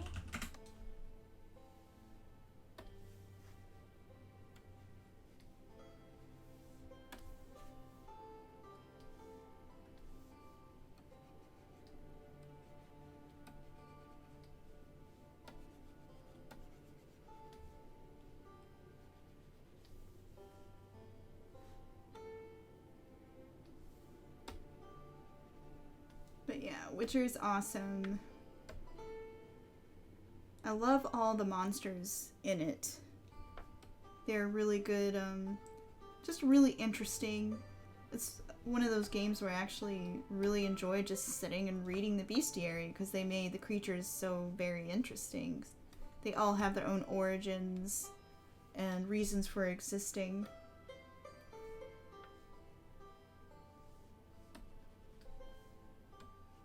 So I think the creature fan in you will really love it.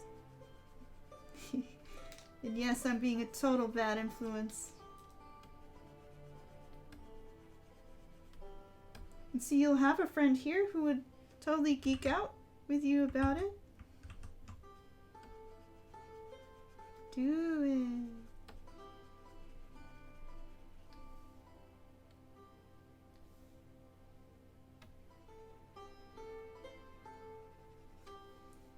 I think I will come back and add some light blooming from these lanterns as well. Be a little reflected light here along the sleeve, I think.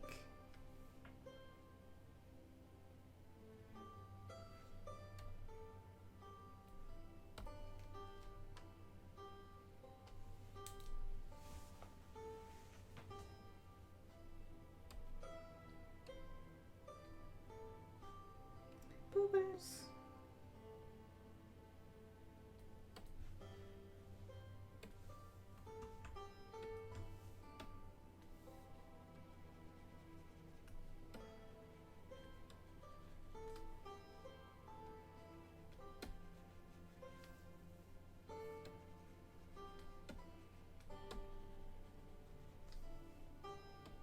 The next game I actually am going to play is, once I finish Inquisition, because there is an end, I will finish it.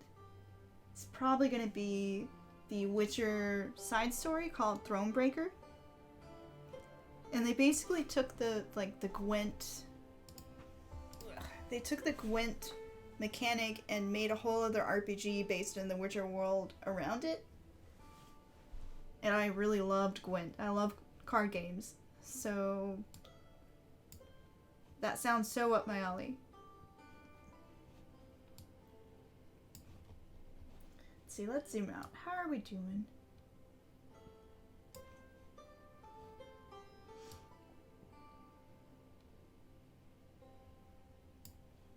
I think bringing in the lamplight or the lantern light will definitely help pop this.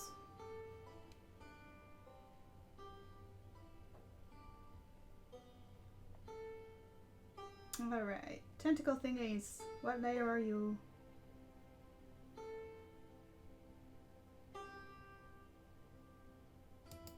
Oh, I should probably shade this kimono real fast.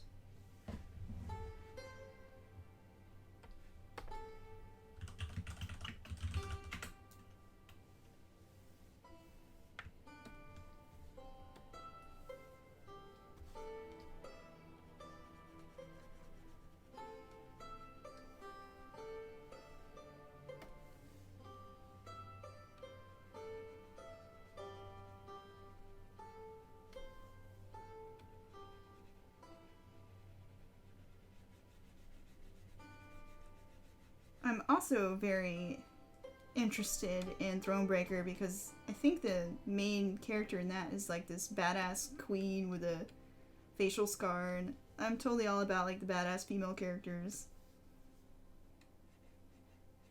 and scars and stuff. I've got some scarred up tattooed people on my character roster.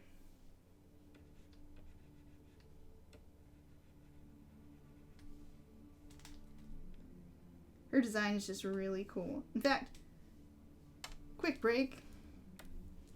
Thronebreaker. I gotta show off how neat she looks. I mean, like, Geralt's in this picture, but I don't... Dang it. Yeah. But the game, I don't think, has him in it much. It's mostly about her.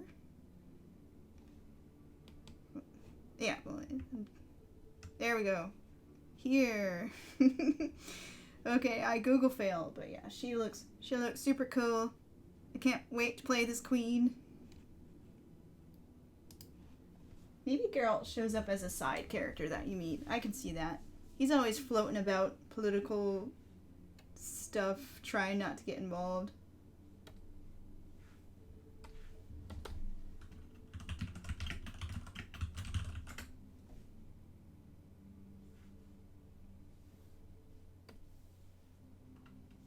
Oh yeah, I probably make things super hard for myself by making tattooed characters.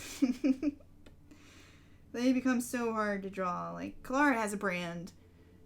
One of my first characters that's going to be in a cyberpunk story is completely tattooed up with butterfly tattoos. Like tribal butterfly tats.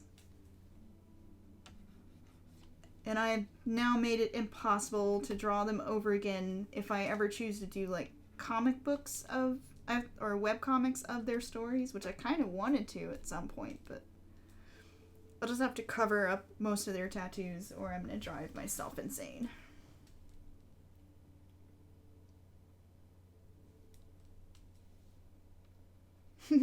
Psykeen, I suspect you probably have a similar issue to me when it comes to having characters with, like, markings and tats and all sorts of random stuff. I mean, it's just so fun to draw, though.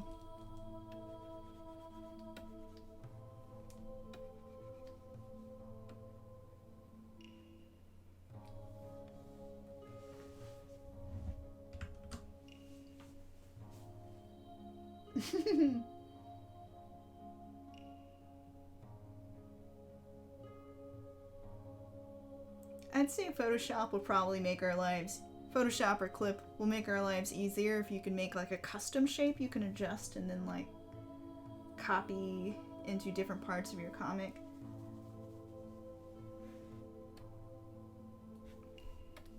Okay, what is that?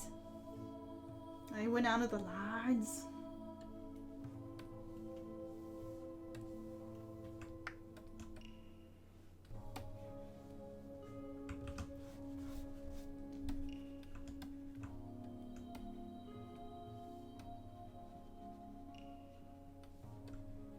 I could see where my selection did not get the corners here, so we're gonna have to fix that.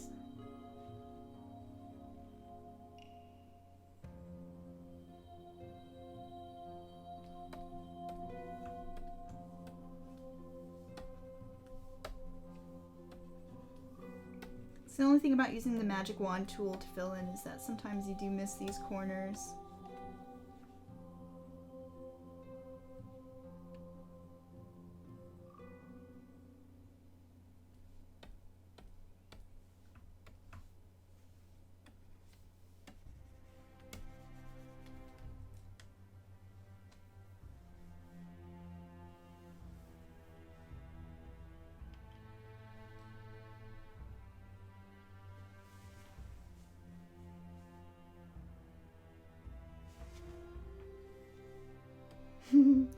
Yeah, if it's not tattoos, it's scars for my characters.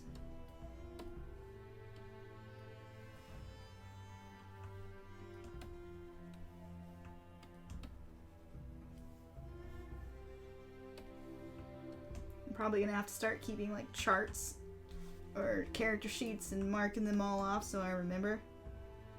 It's actually like the continuity of remembering that wounds have an effect on the human body, and that can become part of character development as well. Like, you just can't forget these things like a video game. I mean, you could, especially when magic or crazy worlds are involved, but I prefer to keep that real.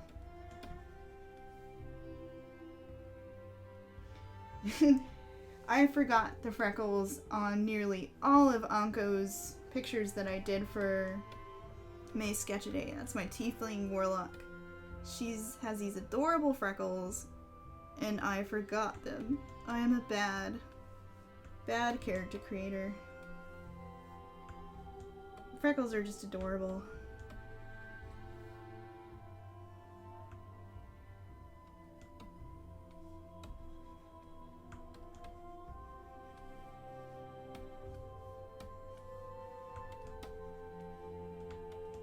gosh, I messed up so many overlaps that I'm having to fix now.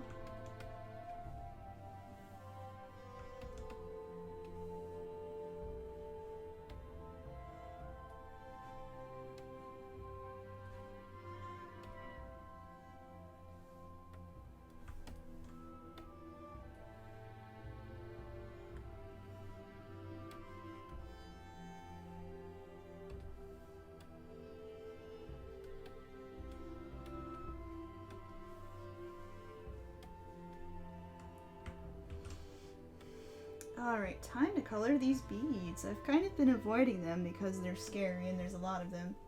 But we can't avoid them forever.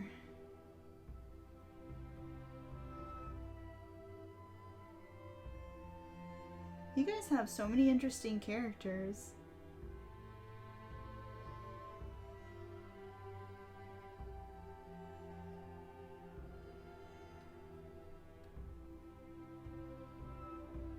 Ribbons.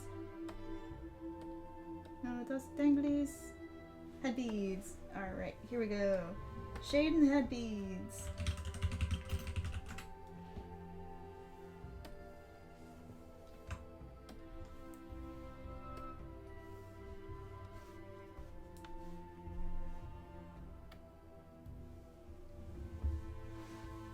Man, seeing the demo for the new Star Wars game has me thinking about some of these old fan characters I made back when I was like crazy about Star Wars. I had like this character that was kind of like, she looked like a female Chewbacca, and she was sort of mind fucked into becoming I cursed again. Ugh. She was mind bent into being a bad guy by the Emperor or something. I don't know. I wrote very angsty characters when I was in high school. Or so much angst. I would never write angst nowadays. Never.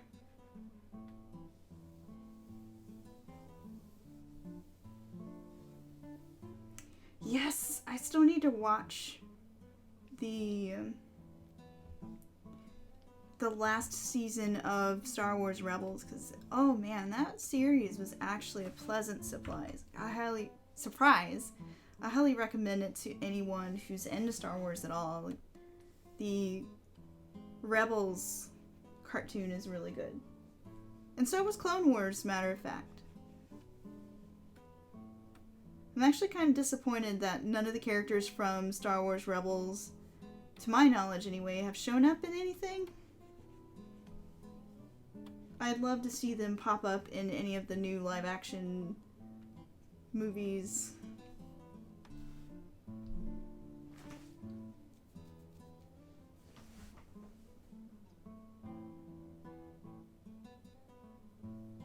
Yeah, for being canon, they haven't really bothered to show a lot of the people from Rebels in anything. At least as far as I know. If they've been in anything, you guys should tell me, because I haven't noticed. Or you should tell me where to look, because I'd geek out if I saw the characters from Rebels in any of the official Star Wars materials that's come out.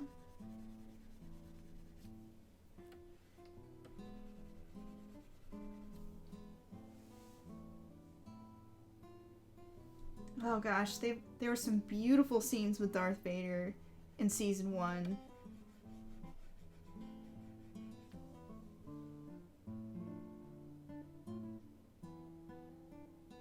Oh, cool. It's always nice to learn when someone has worked on something cool. It's a small world like that.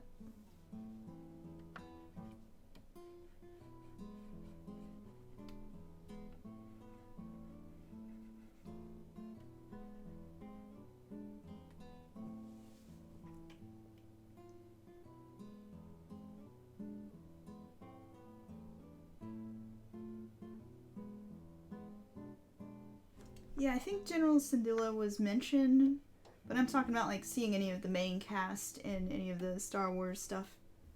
That would be super cool. Like, I really wish this new Star Wars game coming out was Ezra. Not Ezra, Ezra. I'd love to see Ezra in a game of his own. Unless there's been a spin-off of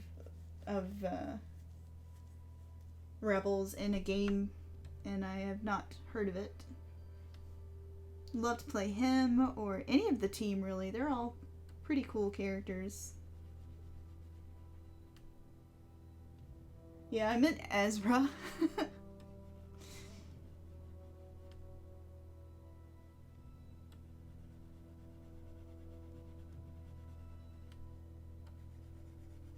Too many characters.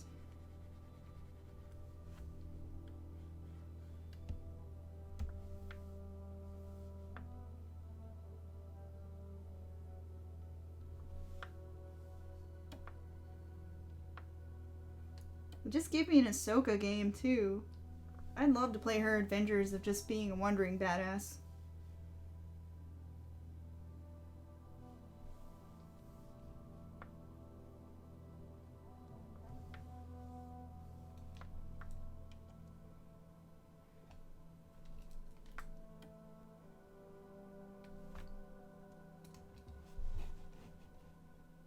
Ooh, there's a novel. I might have to pick that up sometime. She was cool.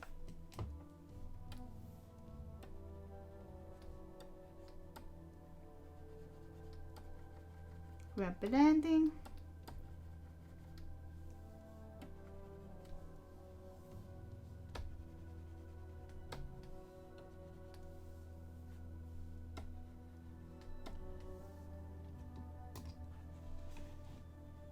I'm actually going to change the color temperature on this shadow too, because I remember I did that with this one. Because these beads aren't strictly metal. I imagine they're like perhaps polished wood beads that have been assembled, so they have kind of a warmer tint to them.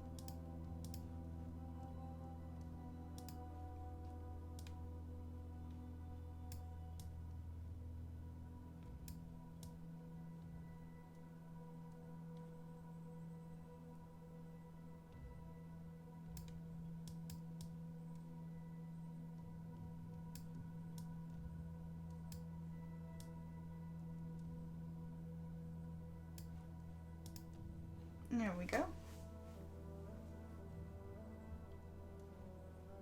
Oh, cool. I'll definitely have to pick up Ahsoka's novel. She was super cool. I have so many books to read. Arrgh. Since I finished a novel last time, it's time for me to read a research book, because I switch back and forth between novel and research just to keep my brain fresh. So I still gotta read Secret of the Mongol Queens. That's the next thing on my list.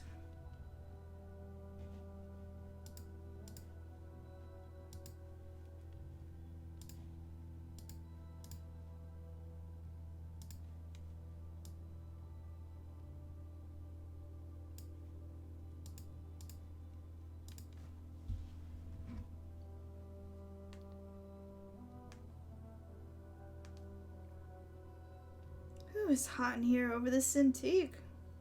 I'm gonna turn our AC up a little. Oh my god, when did it become 4 p.m.?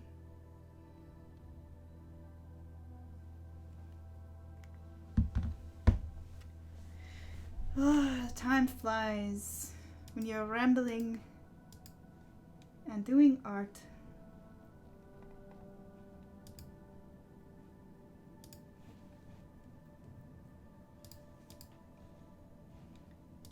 I might come back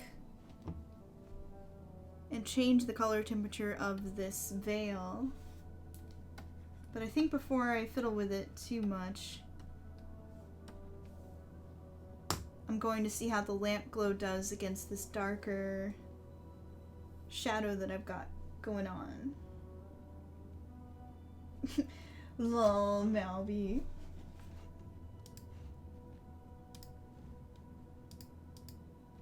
Time has just flown. It's because you guys are so fun and amazing. I've had a good time chatting to you today. Time always flies with good company.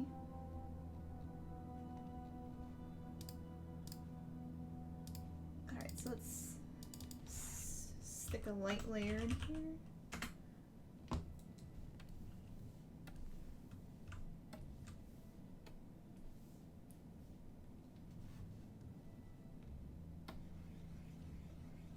This looks sloppy right now, but I promise it'll look better.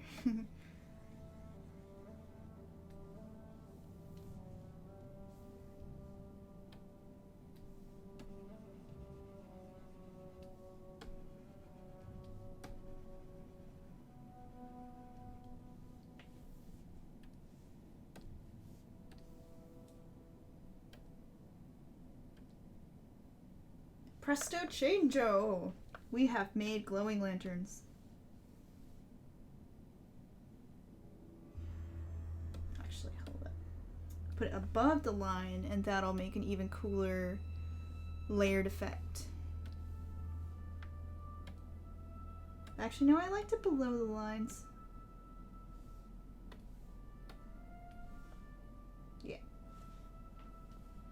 Fancy, yeah.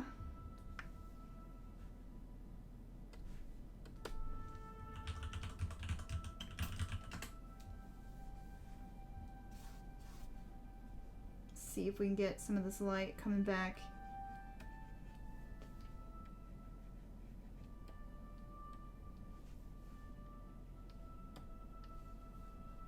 She might even have a little bit showing up in her eyes here.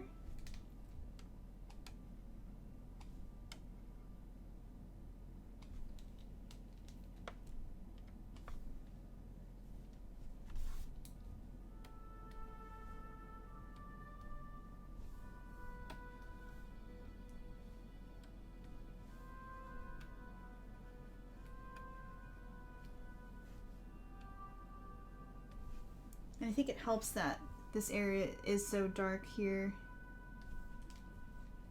Helps pop that bit of light.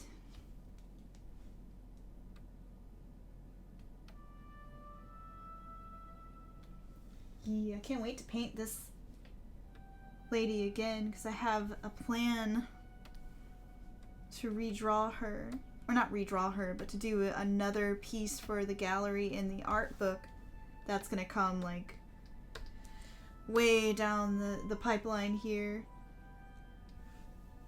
But I want to paint her from another angle, walking with all the lanterns. Like it'll look like she's walking on water with the lanterns floating in the air beside her. And that's gonna be so much fun to paint. I'm excited about this thing I won't get to paint for like another year. I have so much other stuff to finish first. I gotta get these enamel pins out.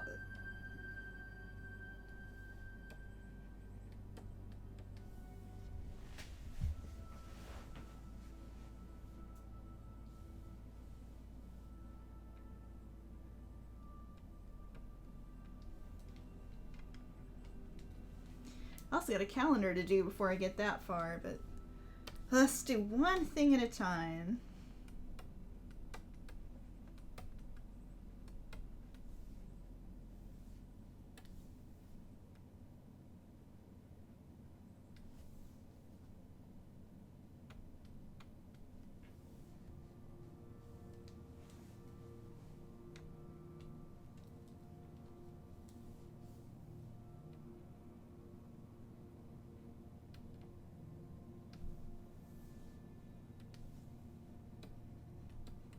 So the farther away it gets from the light source, the more diffuse it's gonna get. So actually I'm gonna blur this. Too much blur.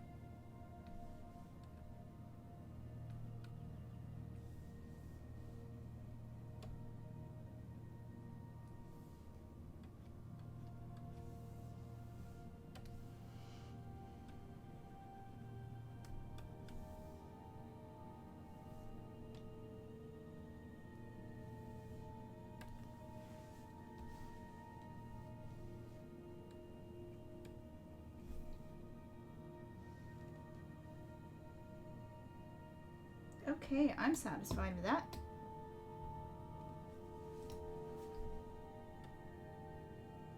I don't think the lanterns really need any kind of shading at all. They look good, simple like they are. So the next thing we gotta do really is the flowers at the bottom, which are always very simple. They're more about plucking out the shapes and giving the illusion of depth and visual interest, or adding visual interest. So we're gonna take a stretch break because I'm achy. So, stretch time.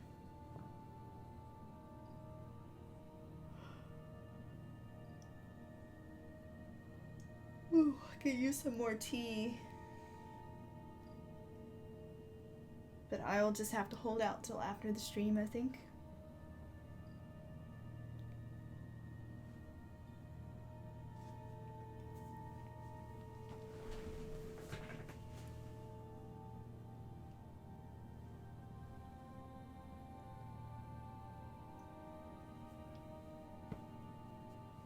Yay, stretching. Thank goodness it doesn't seem like it's raining anymore. But I better not speak too loudly before nature hears me.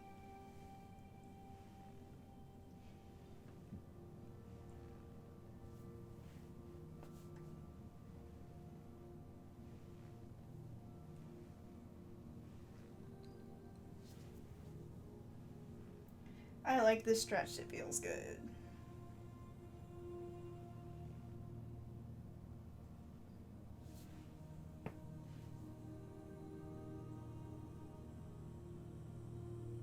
My shoulders always get super tight when I'm drawing.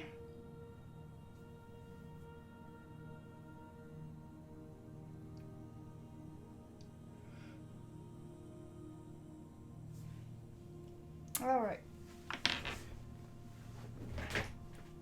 Good stretch break.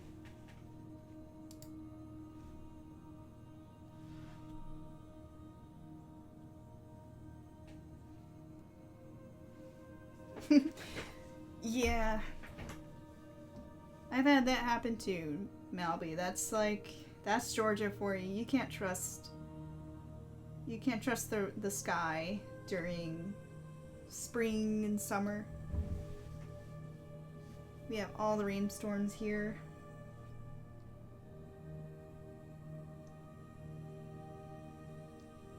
Whew.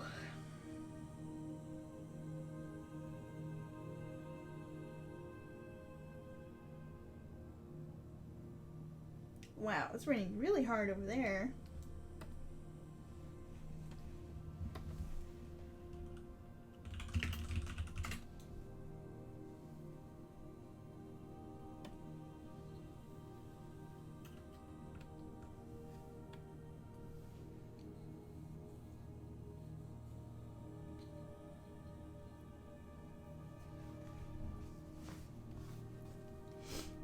But so now we're just gonna pluck out some of the key flowers that are in the background.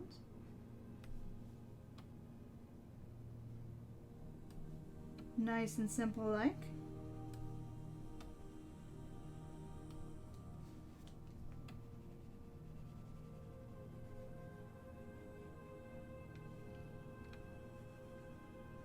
I'm excited because when I finish this, that means the first...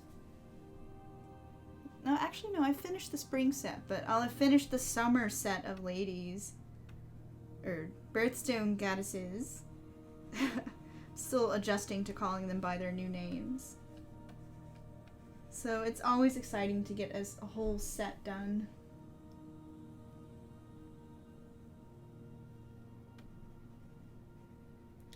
And they'll also be done just in time for the Kickstarter, which is why I sort of skipped to do them first, because I want to add these gals as stickers as a stretch goal for the Kickstarter, like so I can mass produce more of these stickers. Since the run for the Patreon folks was going to be a small run. But if we can unlock them on the Kickstarter, that would be awesome.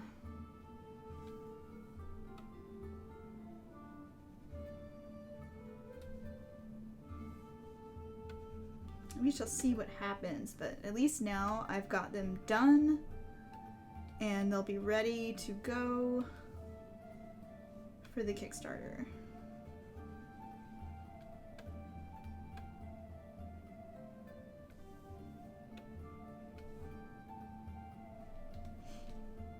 Let's see, I've kind of you plug out some of the highlights here. Oop.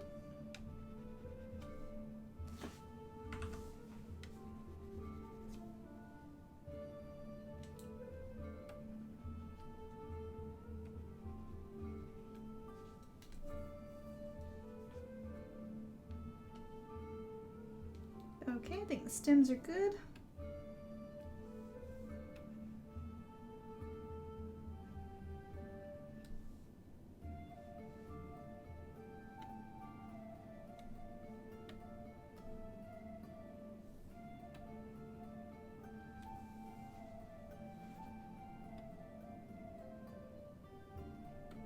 Now we'll do the same with the flower blooms.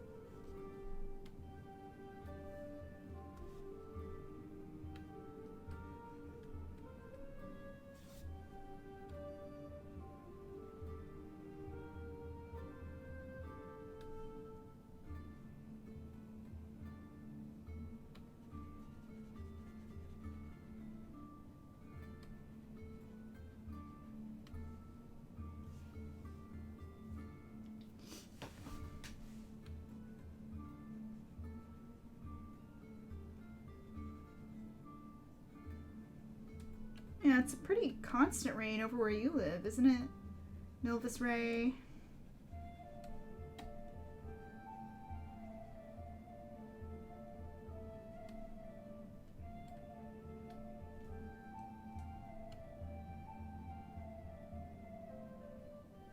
We do usually at least get that thunder to help make things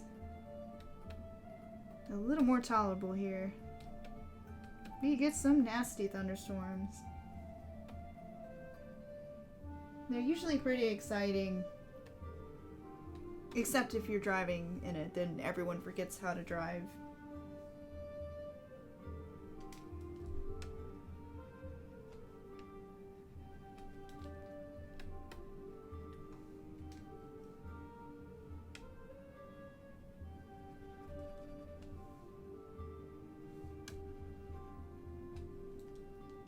Sometimes this is just a matter of plucking out highlights with the eraser until it looks right.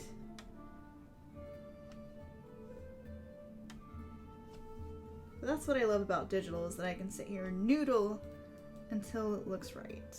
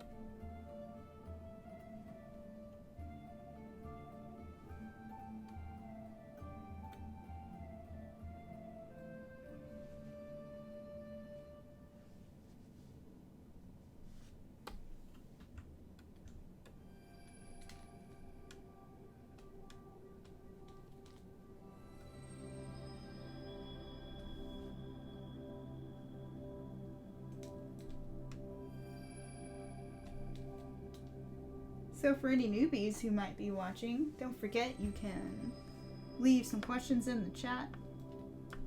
Give me something to talk about. Or otherwise, I will just stream of consciousness ramble.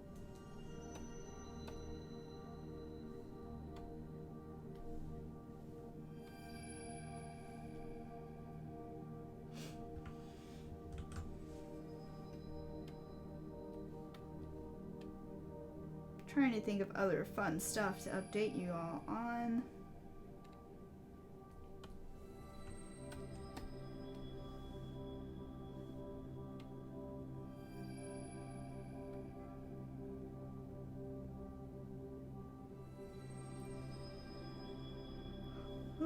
I can't think of anything. I think I have literally talked about everything.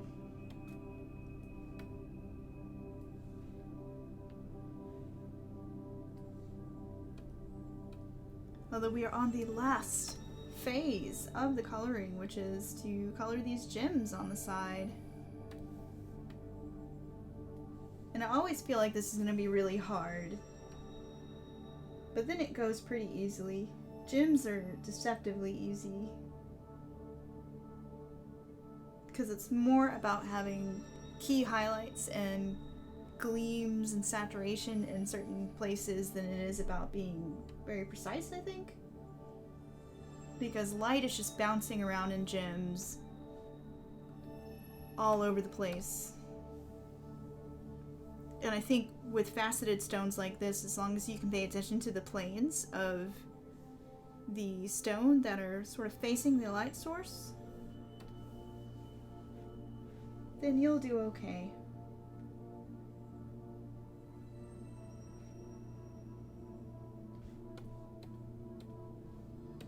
So let's do it. Let's dive into this gem. You don't scare me, Jim.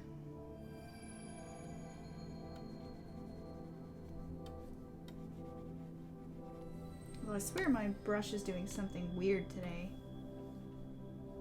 Let's see, maybe it's a spacing. Yeah, I think my spacing was too high. My strokes weren't extending as far as I thought they should.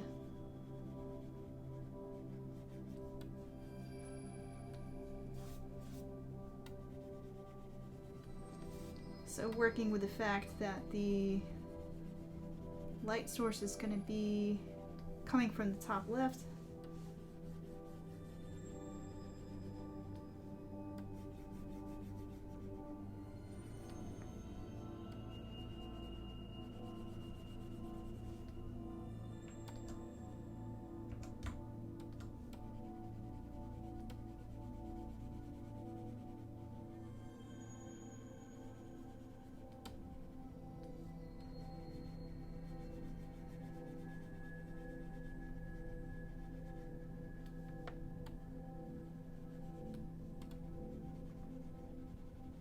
So I'm just trying to get a sense of the planes of the gem and the facets first, and then I can come in and tighten up these shapes.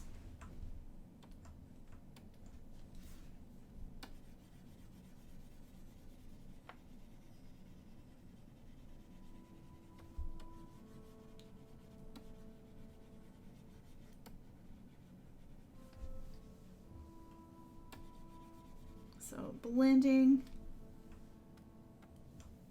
And yes, I'm cheating in color picking from the actual Peridot. I'm a dirty cheater.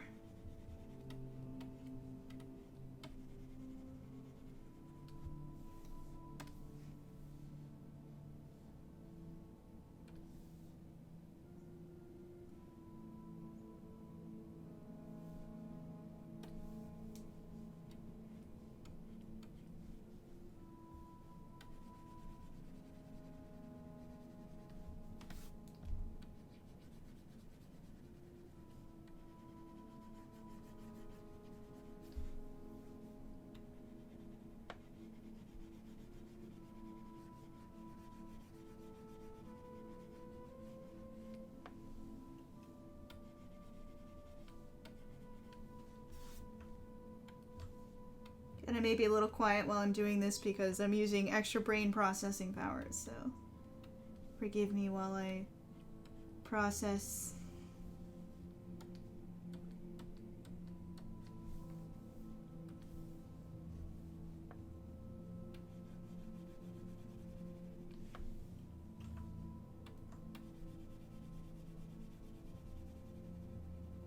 Need to install a new graphics processor in my brain, I think.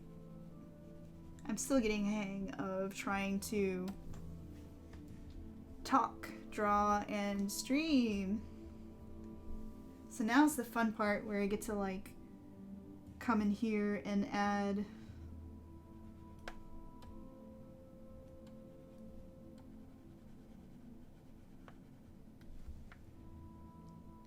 my brush is still performing weirdly.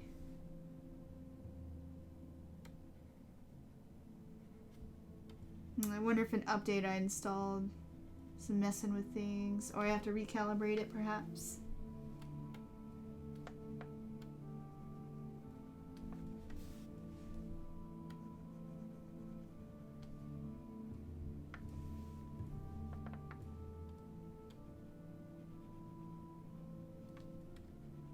I'm putting some highlights down in here as if the light's bouncing through the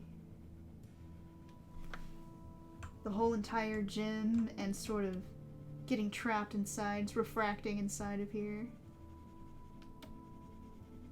And I'm not going to pretend like I am the best jewel painter ever. I'm definitely still new to it, so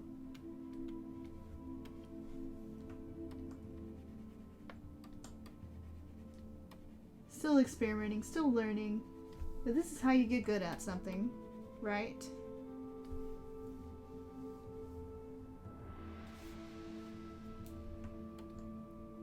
You just paint until you get good.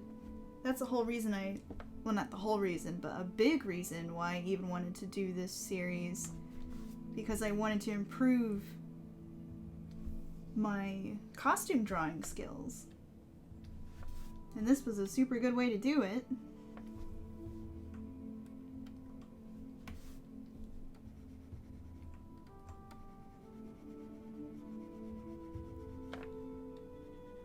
It's also given me a chance to try different color schemes that I never would have tried before.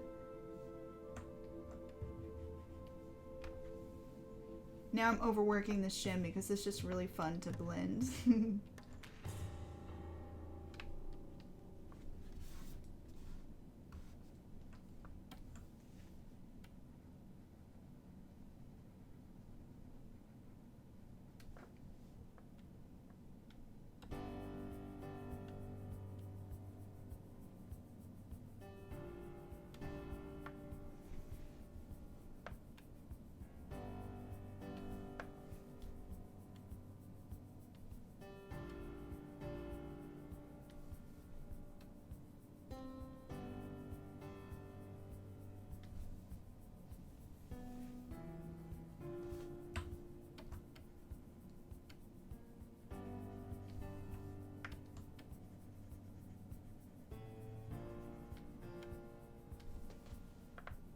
We have Jim.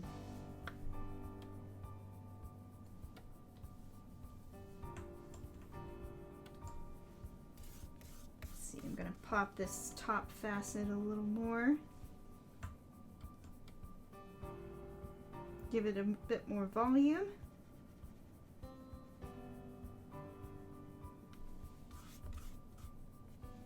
Too much volume.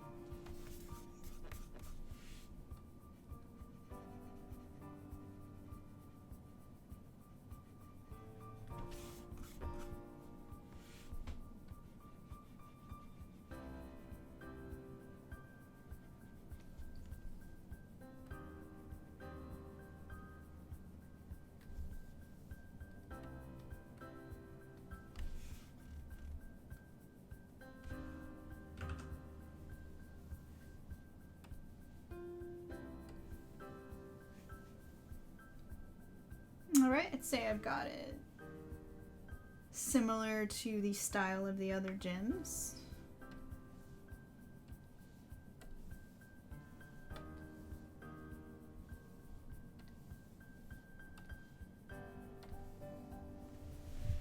So now I just gotta do little ones on the side. And I'm gonna cheat and just do one and then copy paste it around. I'm not going to say cheat anymore because we're allowed. This isn't called being cheap or cheating, it's Smart. I got Dragon Age Inquisition to play. I ain't got time to paint. I ain't got time for that. Just to paint gems that no one will care about. Or at least it's not really an important element in the painting. It's like side dressing, so it's okay to copy and paste these smaller elements, I think. I got tea to drink and Dragon Age Inquisition to play, so. Oh man, wouldn't it be great if you could do this copy paste in sewing? That would be amazing.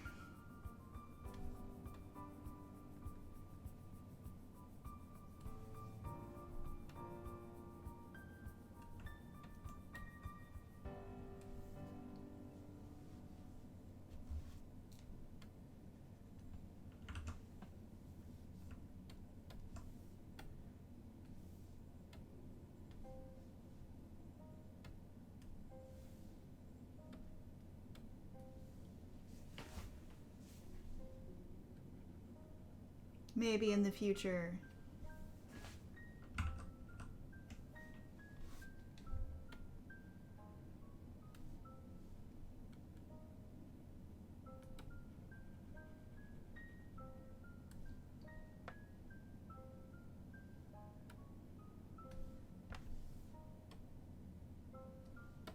So that's a random question for you guys. So since we've been talking about cyberpunk, what kind of cybernetic augmentation would you want to get? I keep thinking, well, besides from fixing my stomach so I can digest whenever I want to, I think I would love an AutoCAD arm. Like, I could just draw directly from my brain, or like have an arm that could print things out precisely like drawing. That would be awesome.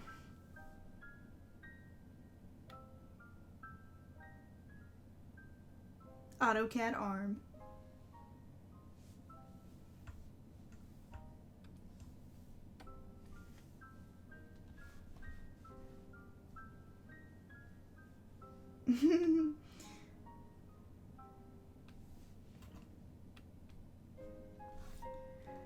Yeah, hacking would be a problem in the future, I imagine.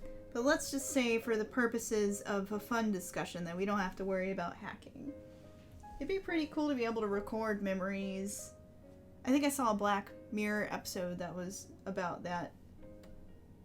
But then people had memories they didn't want to keep around. That it was a really strange episode.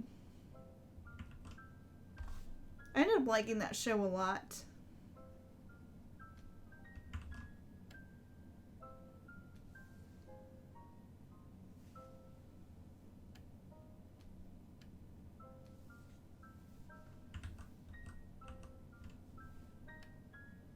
I think I would like a brain that would work like Google. Like, if I just want to know what something is, I can look it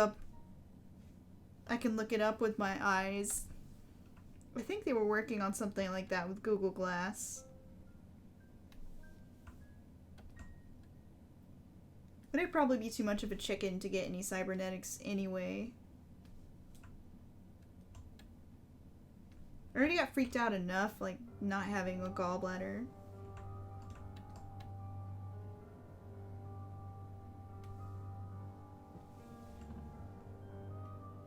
It would be pretty awesome to be able to speak directly from your brain to the phone.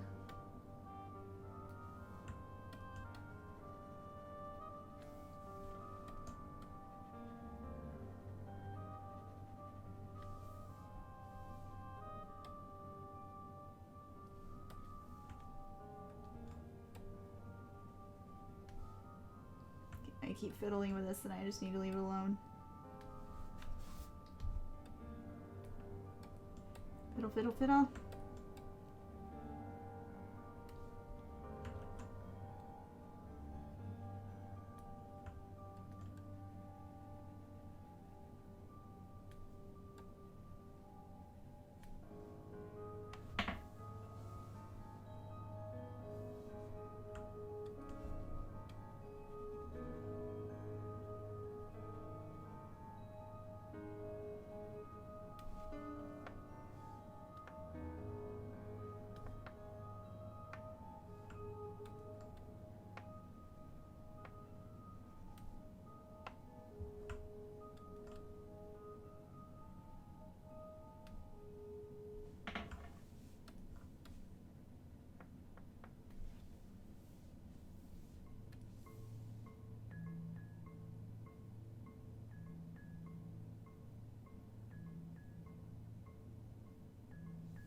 that does sound like a cool...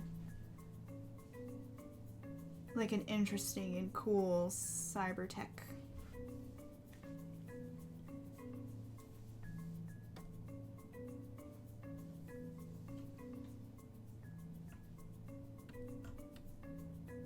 And I can see that being real, like a realistic cyber tech too. Like, controlling things with gestures is already something that companies are working on, like Apple.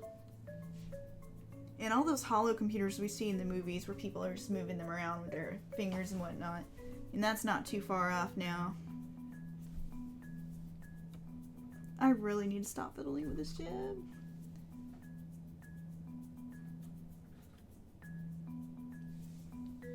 Oh, the chipmunks are in my screen again.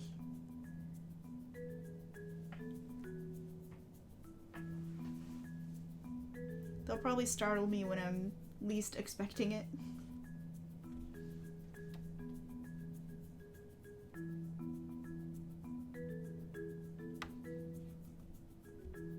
Yeah, Minority Report did have some cool tech like that. I just watched it again the other day because it's one of my favorites. One of my favorite sci-fi movies. Which also brings up some really interesting moral questions. Philip K. Dick's story in general are really intriguing that way.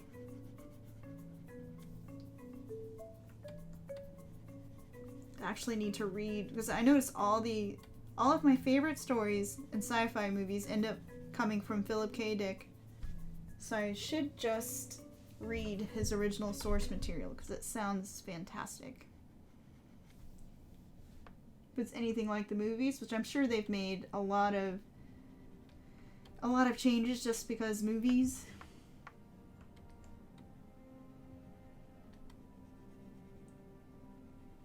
Okay.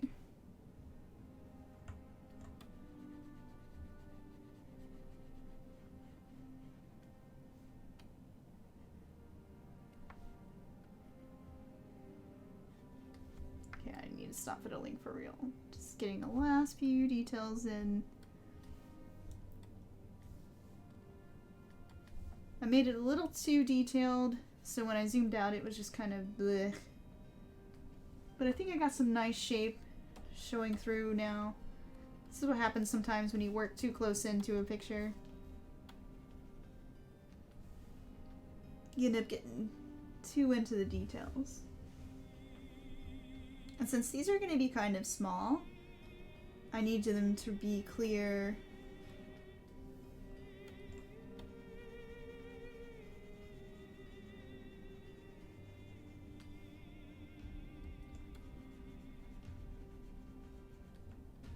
Since these are going to be sticker size, so about 3 inches, maybe larger if I do some larger stickers.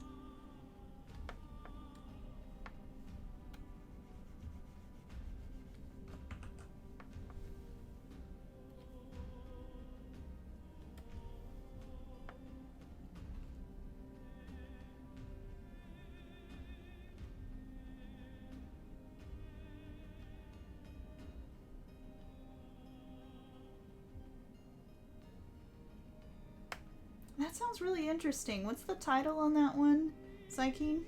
You can put it in the chat for us.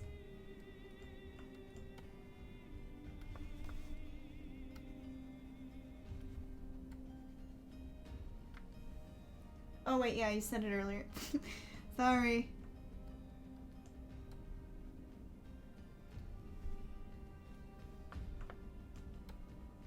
What's the author on that again?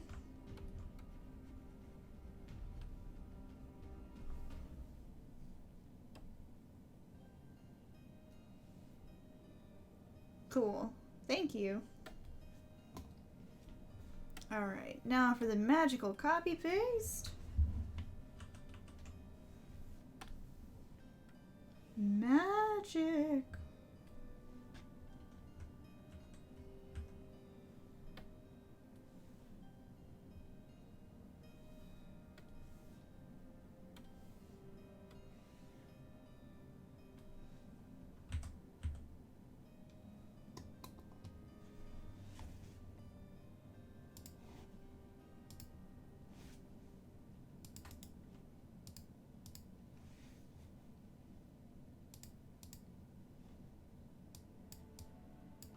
Whoops, that one wasn't quite lined up.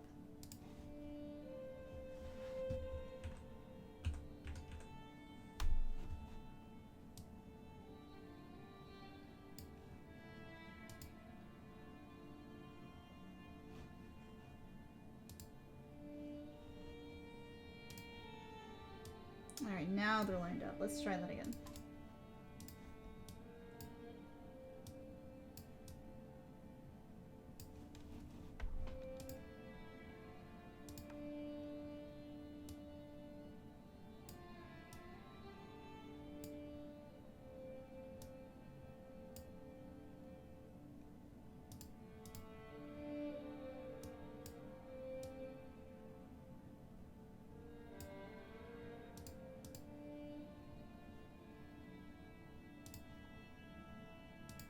Just fiddling with adjustments here.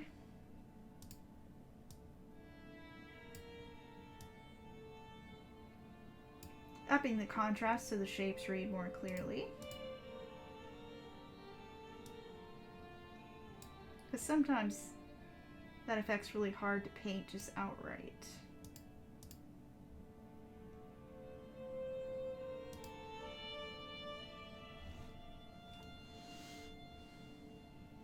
I think there'd be maybe a little bit of glow on this bead right here. So let's add some light glow on that bead.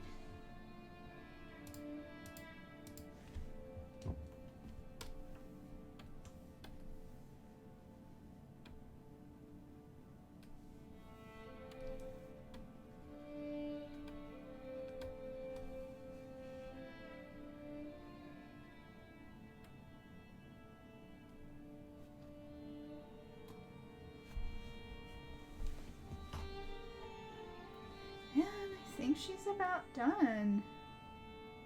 Let me just stare at this for a minute or two and see if there's anything that I missed. Still not quite happy with her little chin.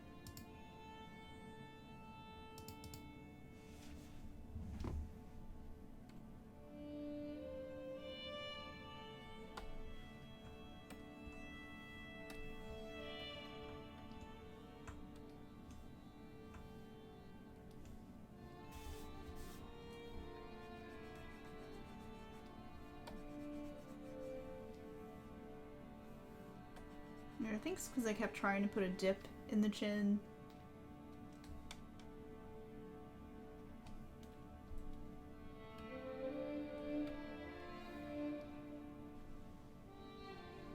Thank you, Sunny. I appreciate that. I think I want a little more nose shadow here too. Her nose is getting lost.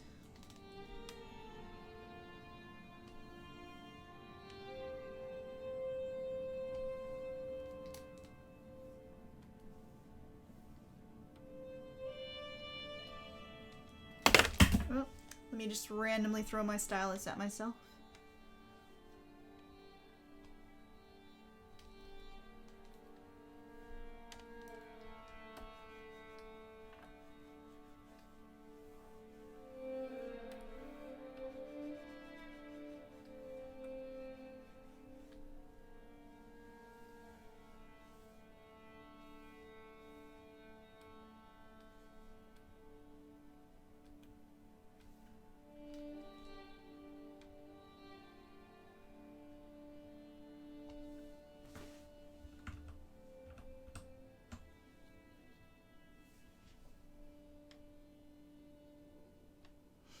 Now, did I want to put some more highlighting?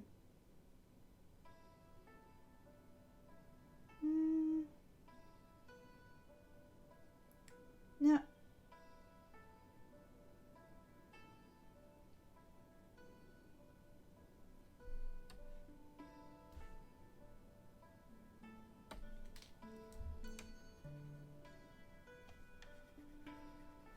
Actually gonna take away some highlighting here. I think I went a little too overboard. It loses its effect, I think, when you put too many highlights in one place. then it looks too uniform and flat.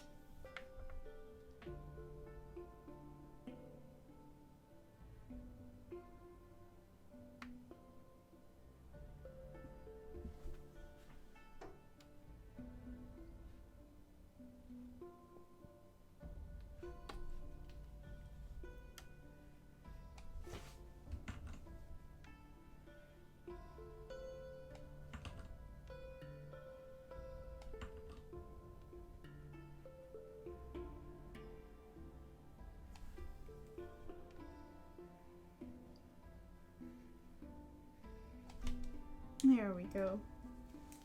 Like having just a little bit of a rim, since the light's coming from above.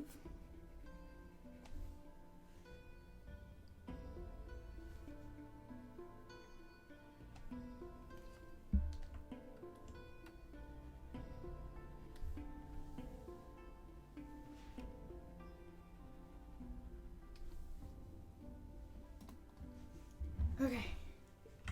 I don't think I'm forgetting anything else that I wanted to draw with this gal. I never put any shadow here on the barrette. Knew I forgot something. So her hair comb here, let's fix that up, shall we? Something really simple, if not all in shadow when I look at it.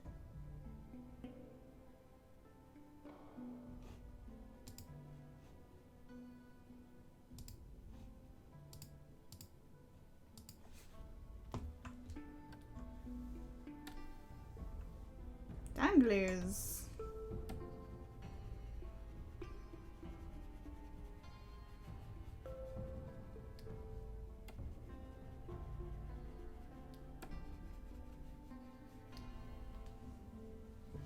And I like making this harsh shadow right here and leaving it lighter under the sheer cloth, because then it gives the effect that the cloth is overlapping that.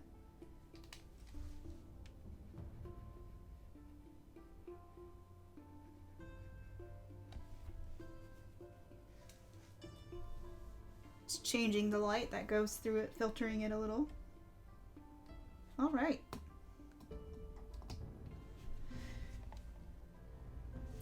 She is finished. I might come back later and after I've given myself some time away and see if I like it still, if I need to change anything. Which I'm gonna real fast. I see some things already. I see where the bead overlapped. So let's fix that before I go.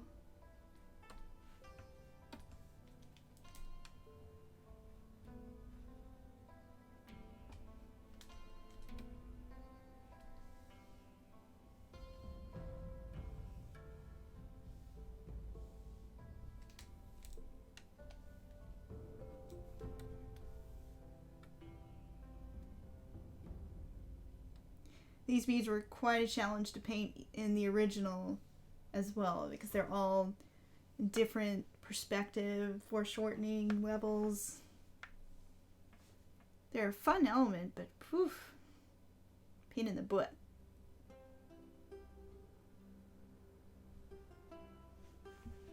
Okay, so for now, I'm gonna call this done. Yay! The summer set of Chibi Birthstone Goddesses is done. And I can't wait to share them now. I've been waiting for like a full set so I could share them. With luck, we'll get them unlocked as mass-produced stickers through the Kickstarter as a little stretch goal. We'll see. Fingers crossed. But for sure, they will be making an appearance for my Patreon patrons. I still gotta figure out how I'm gonna package them for you guys. And there will be more details about that later, like how I'm gonna get these stickers to you guys. I want to finish the whole set first before I start shipping anything out.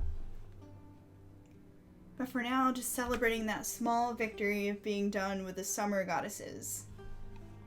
So, hooray!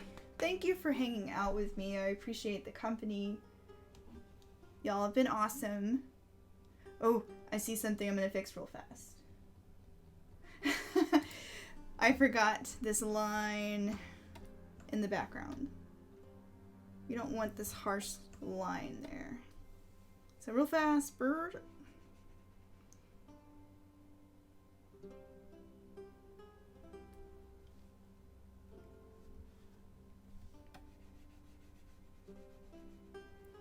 Yeah, I'll find some way to, hopefully stickers because they're so light, or if we're talking about the Kickstarter, enamel pins are pretty light,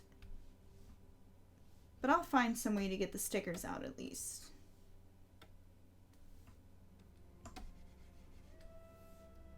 But yeah, let me let me get this line real fast. There is no escape.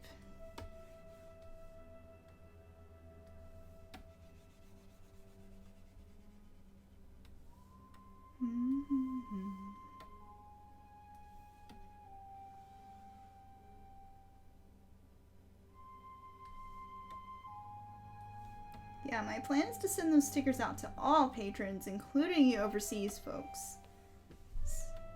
And that's just a reward that we unlocked ages ago that I'm finally finishing the actual designs for.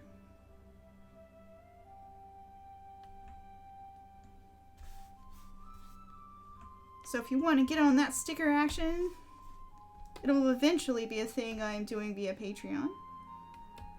Which, if you liked this stream and you want to support me as an artist, you can pledge as little as $1 and you'll get sneak peeks behind the scenes, private Discord access, and that feeling of inner joy when you help an artist achieve their dreams. Yeah, come be a cool kid on the Discord with us. I actually end up dropping all my art there first, generally, because it's just so easy to share on there. So, like,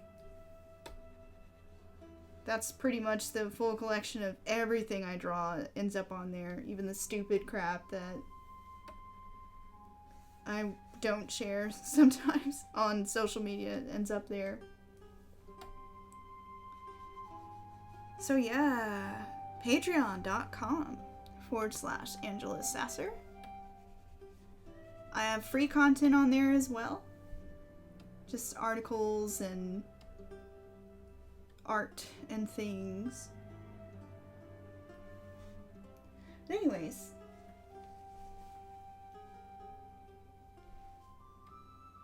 Well, by stupid I mean silly. Sometimes I just post doodles or random things there that don't make it on the social medias.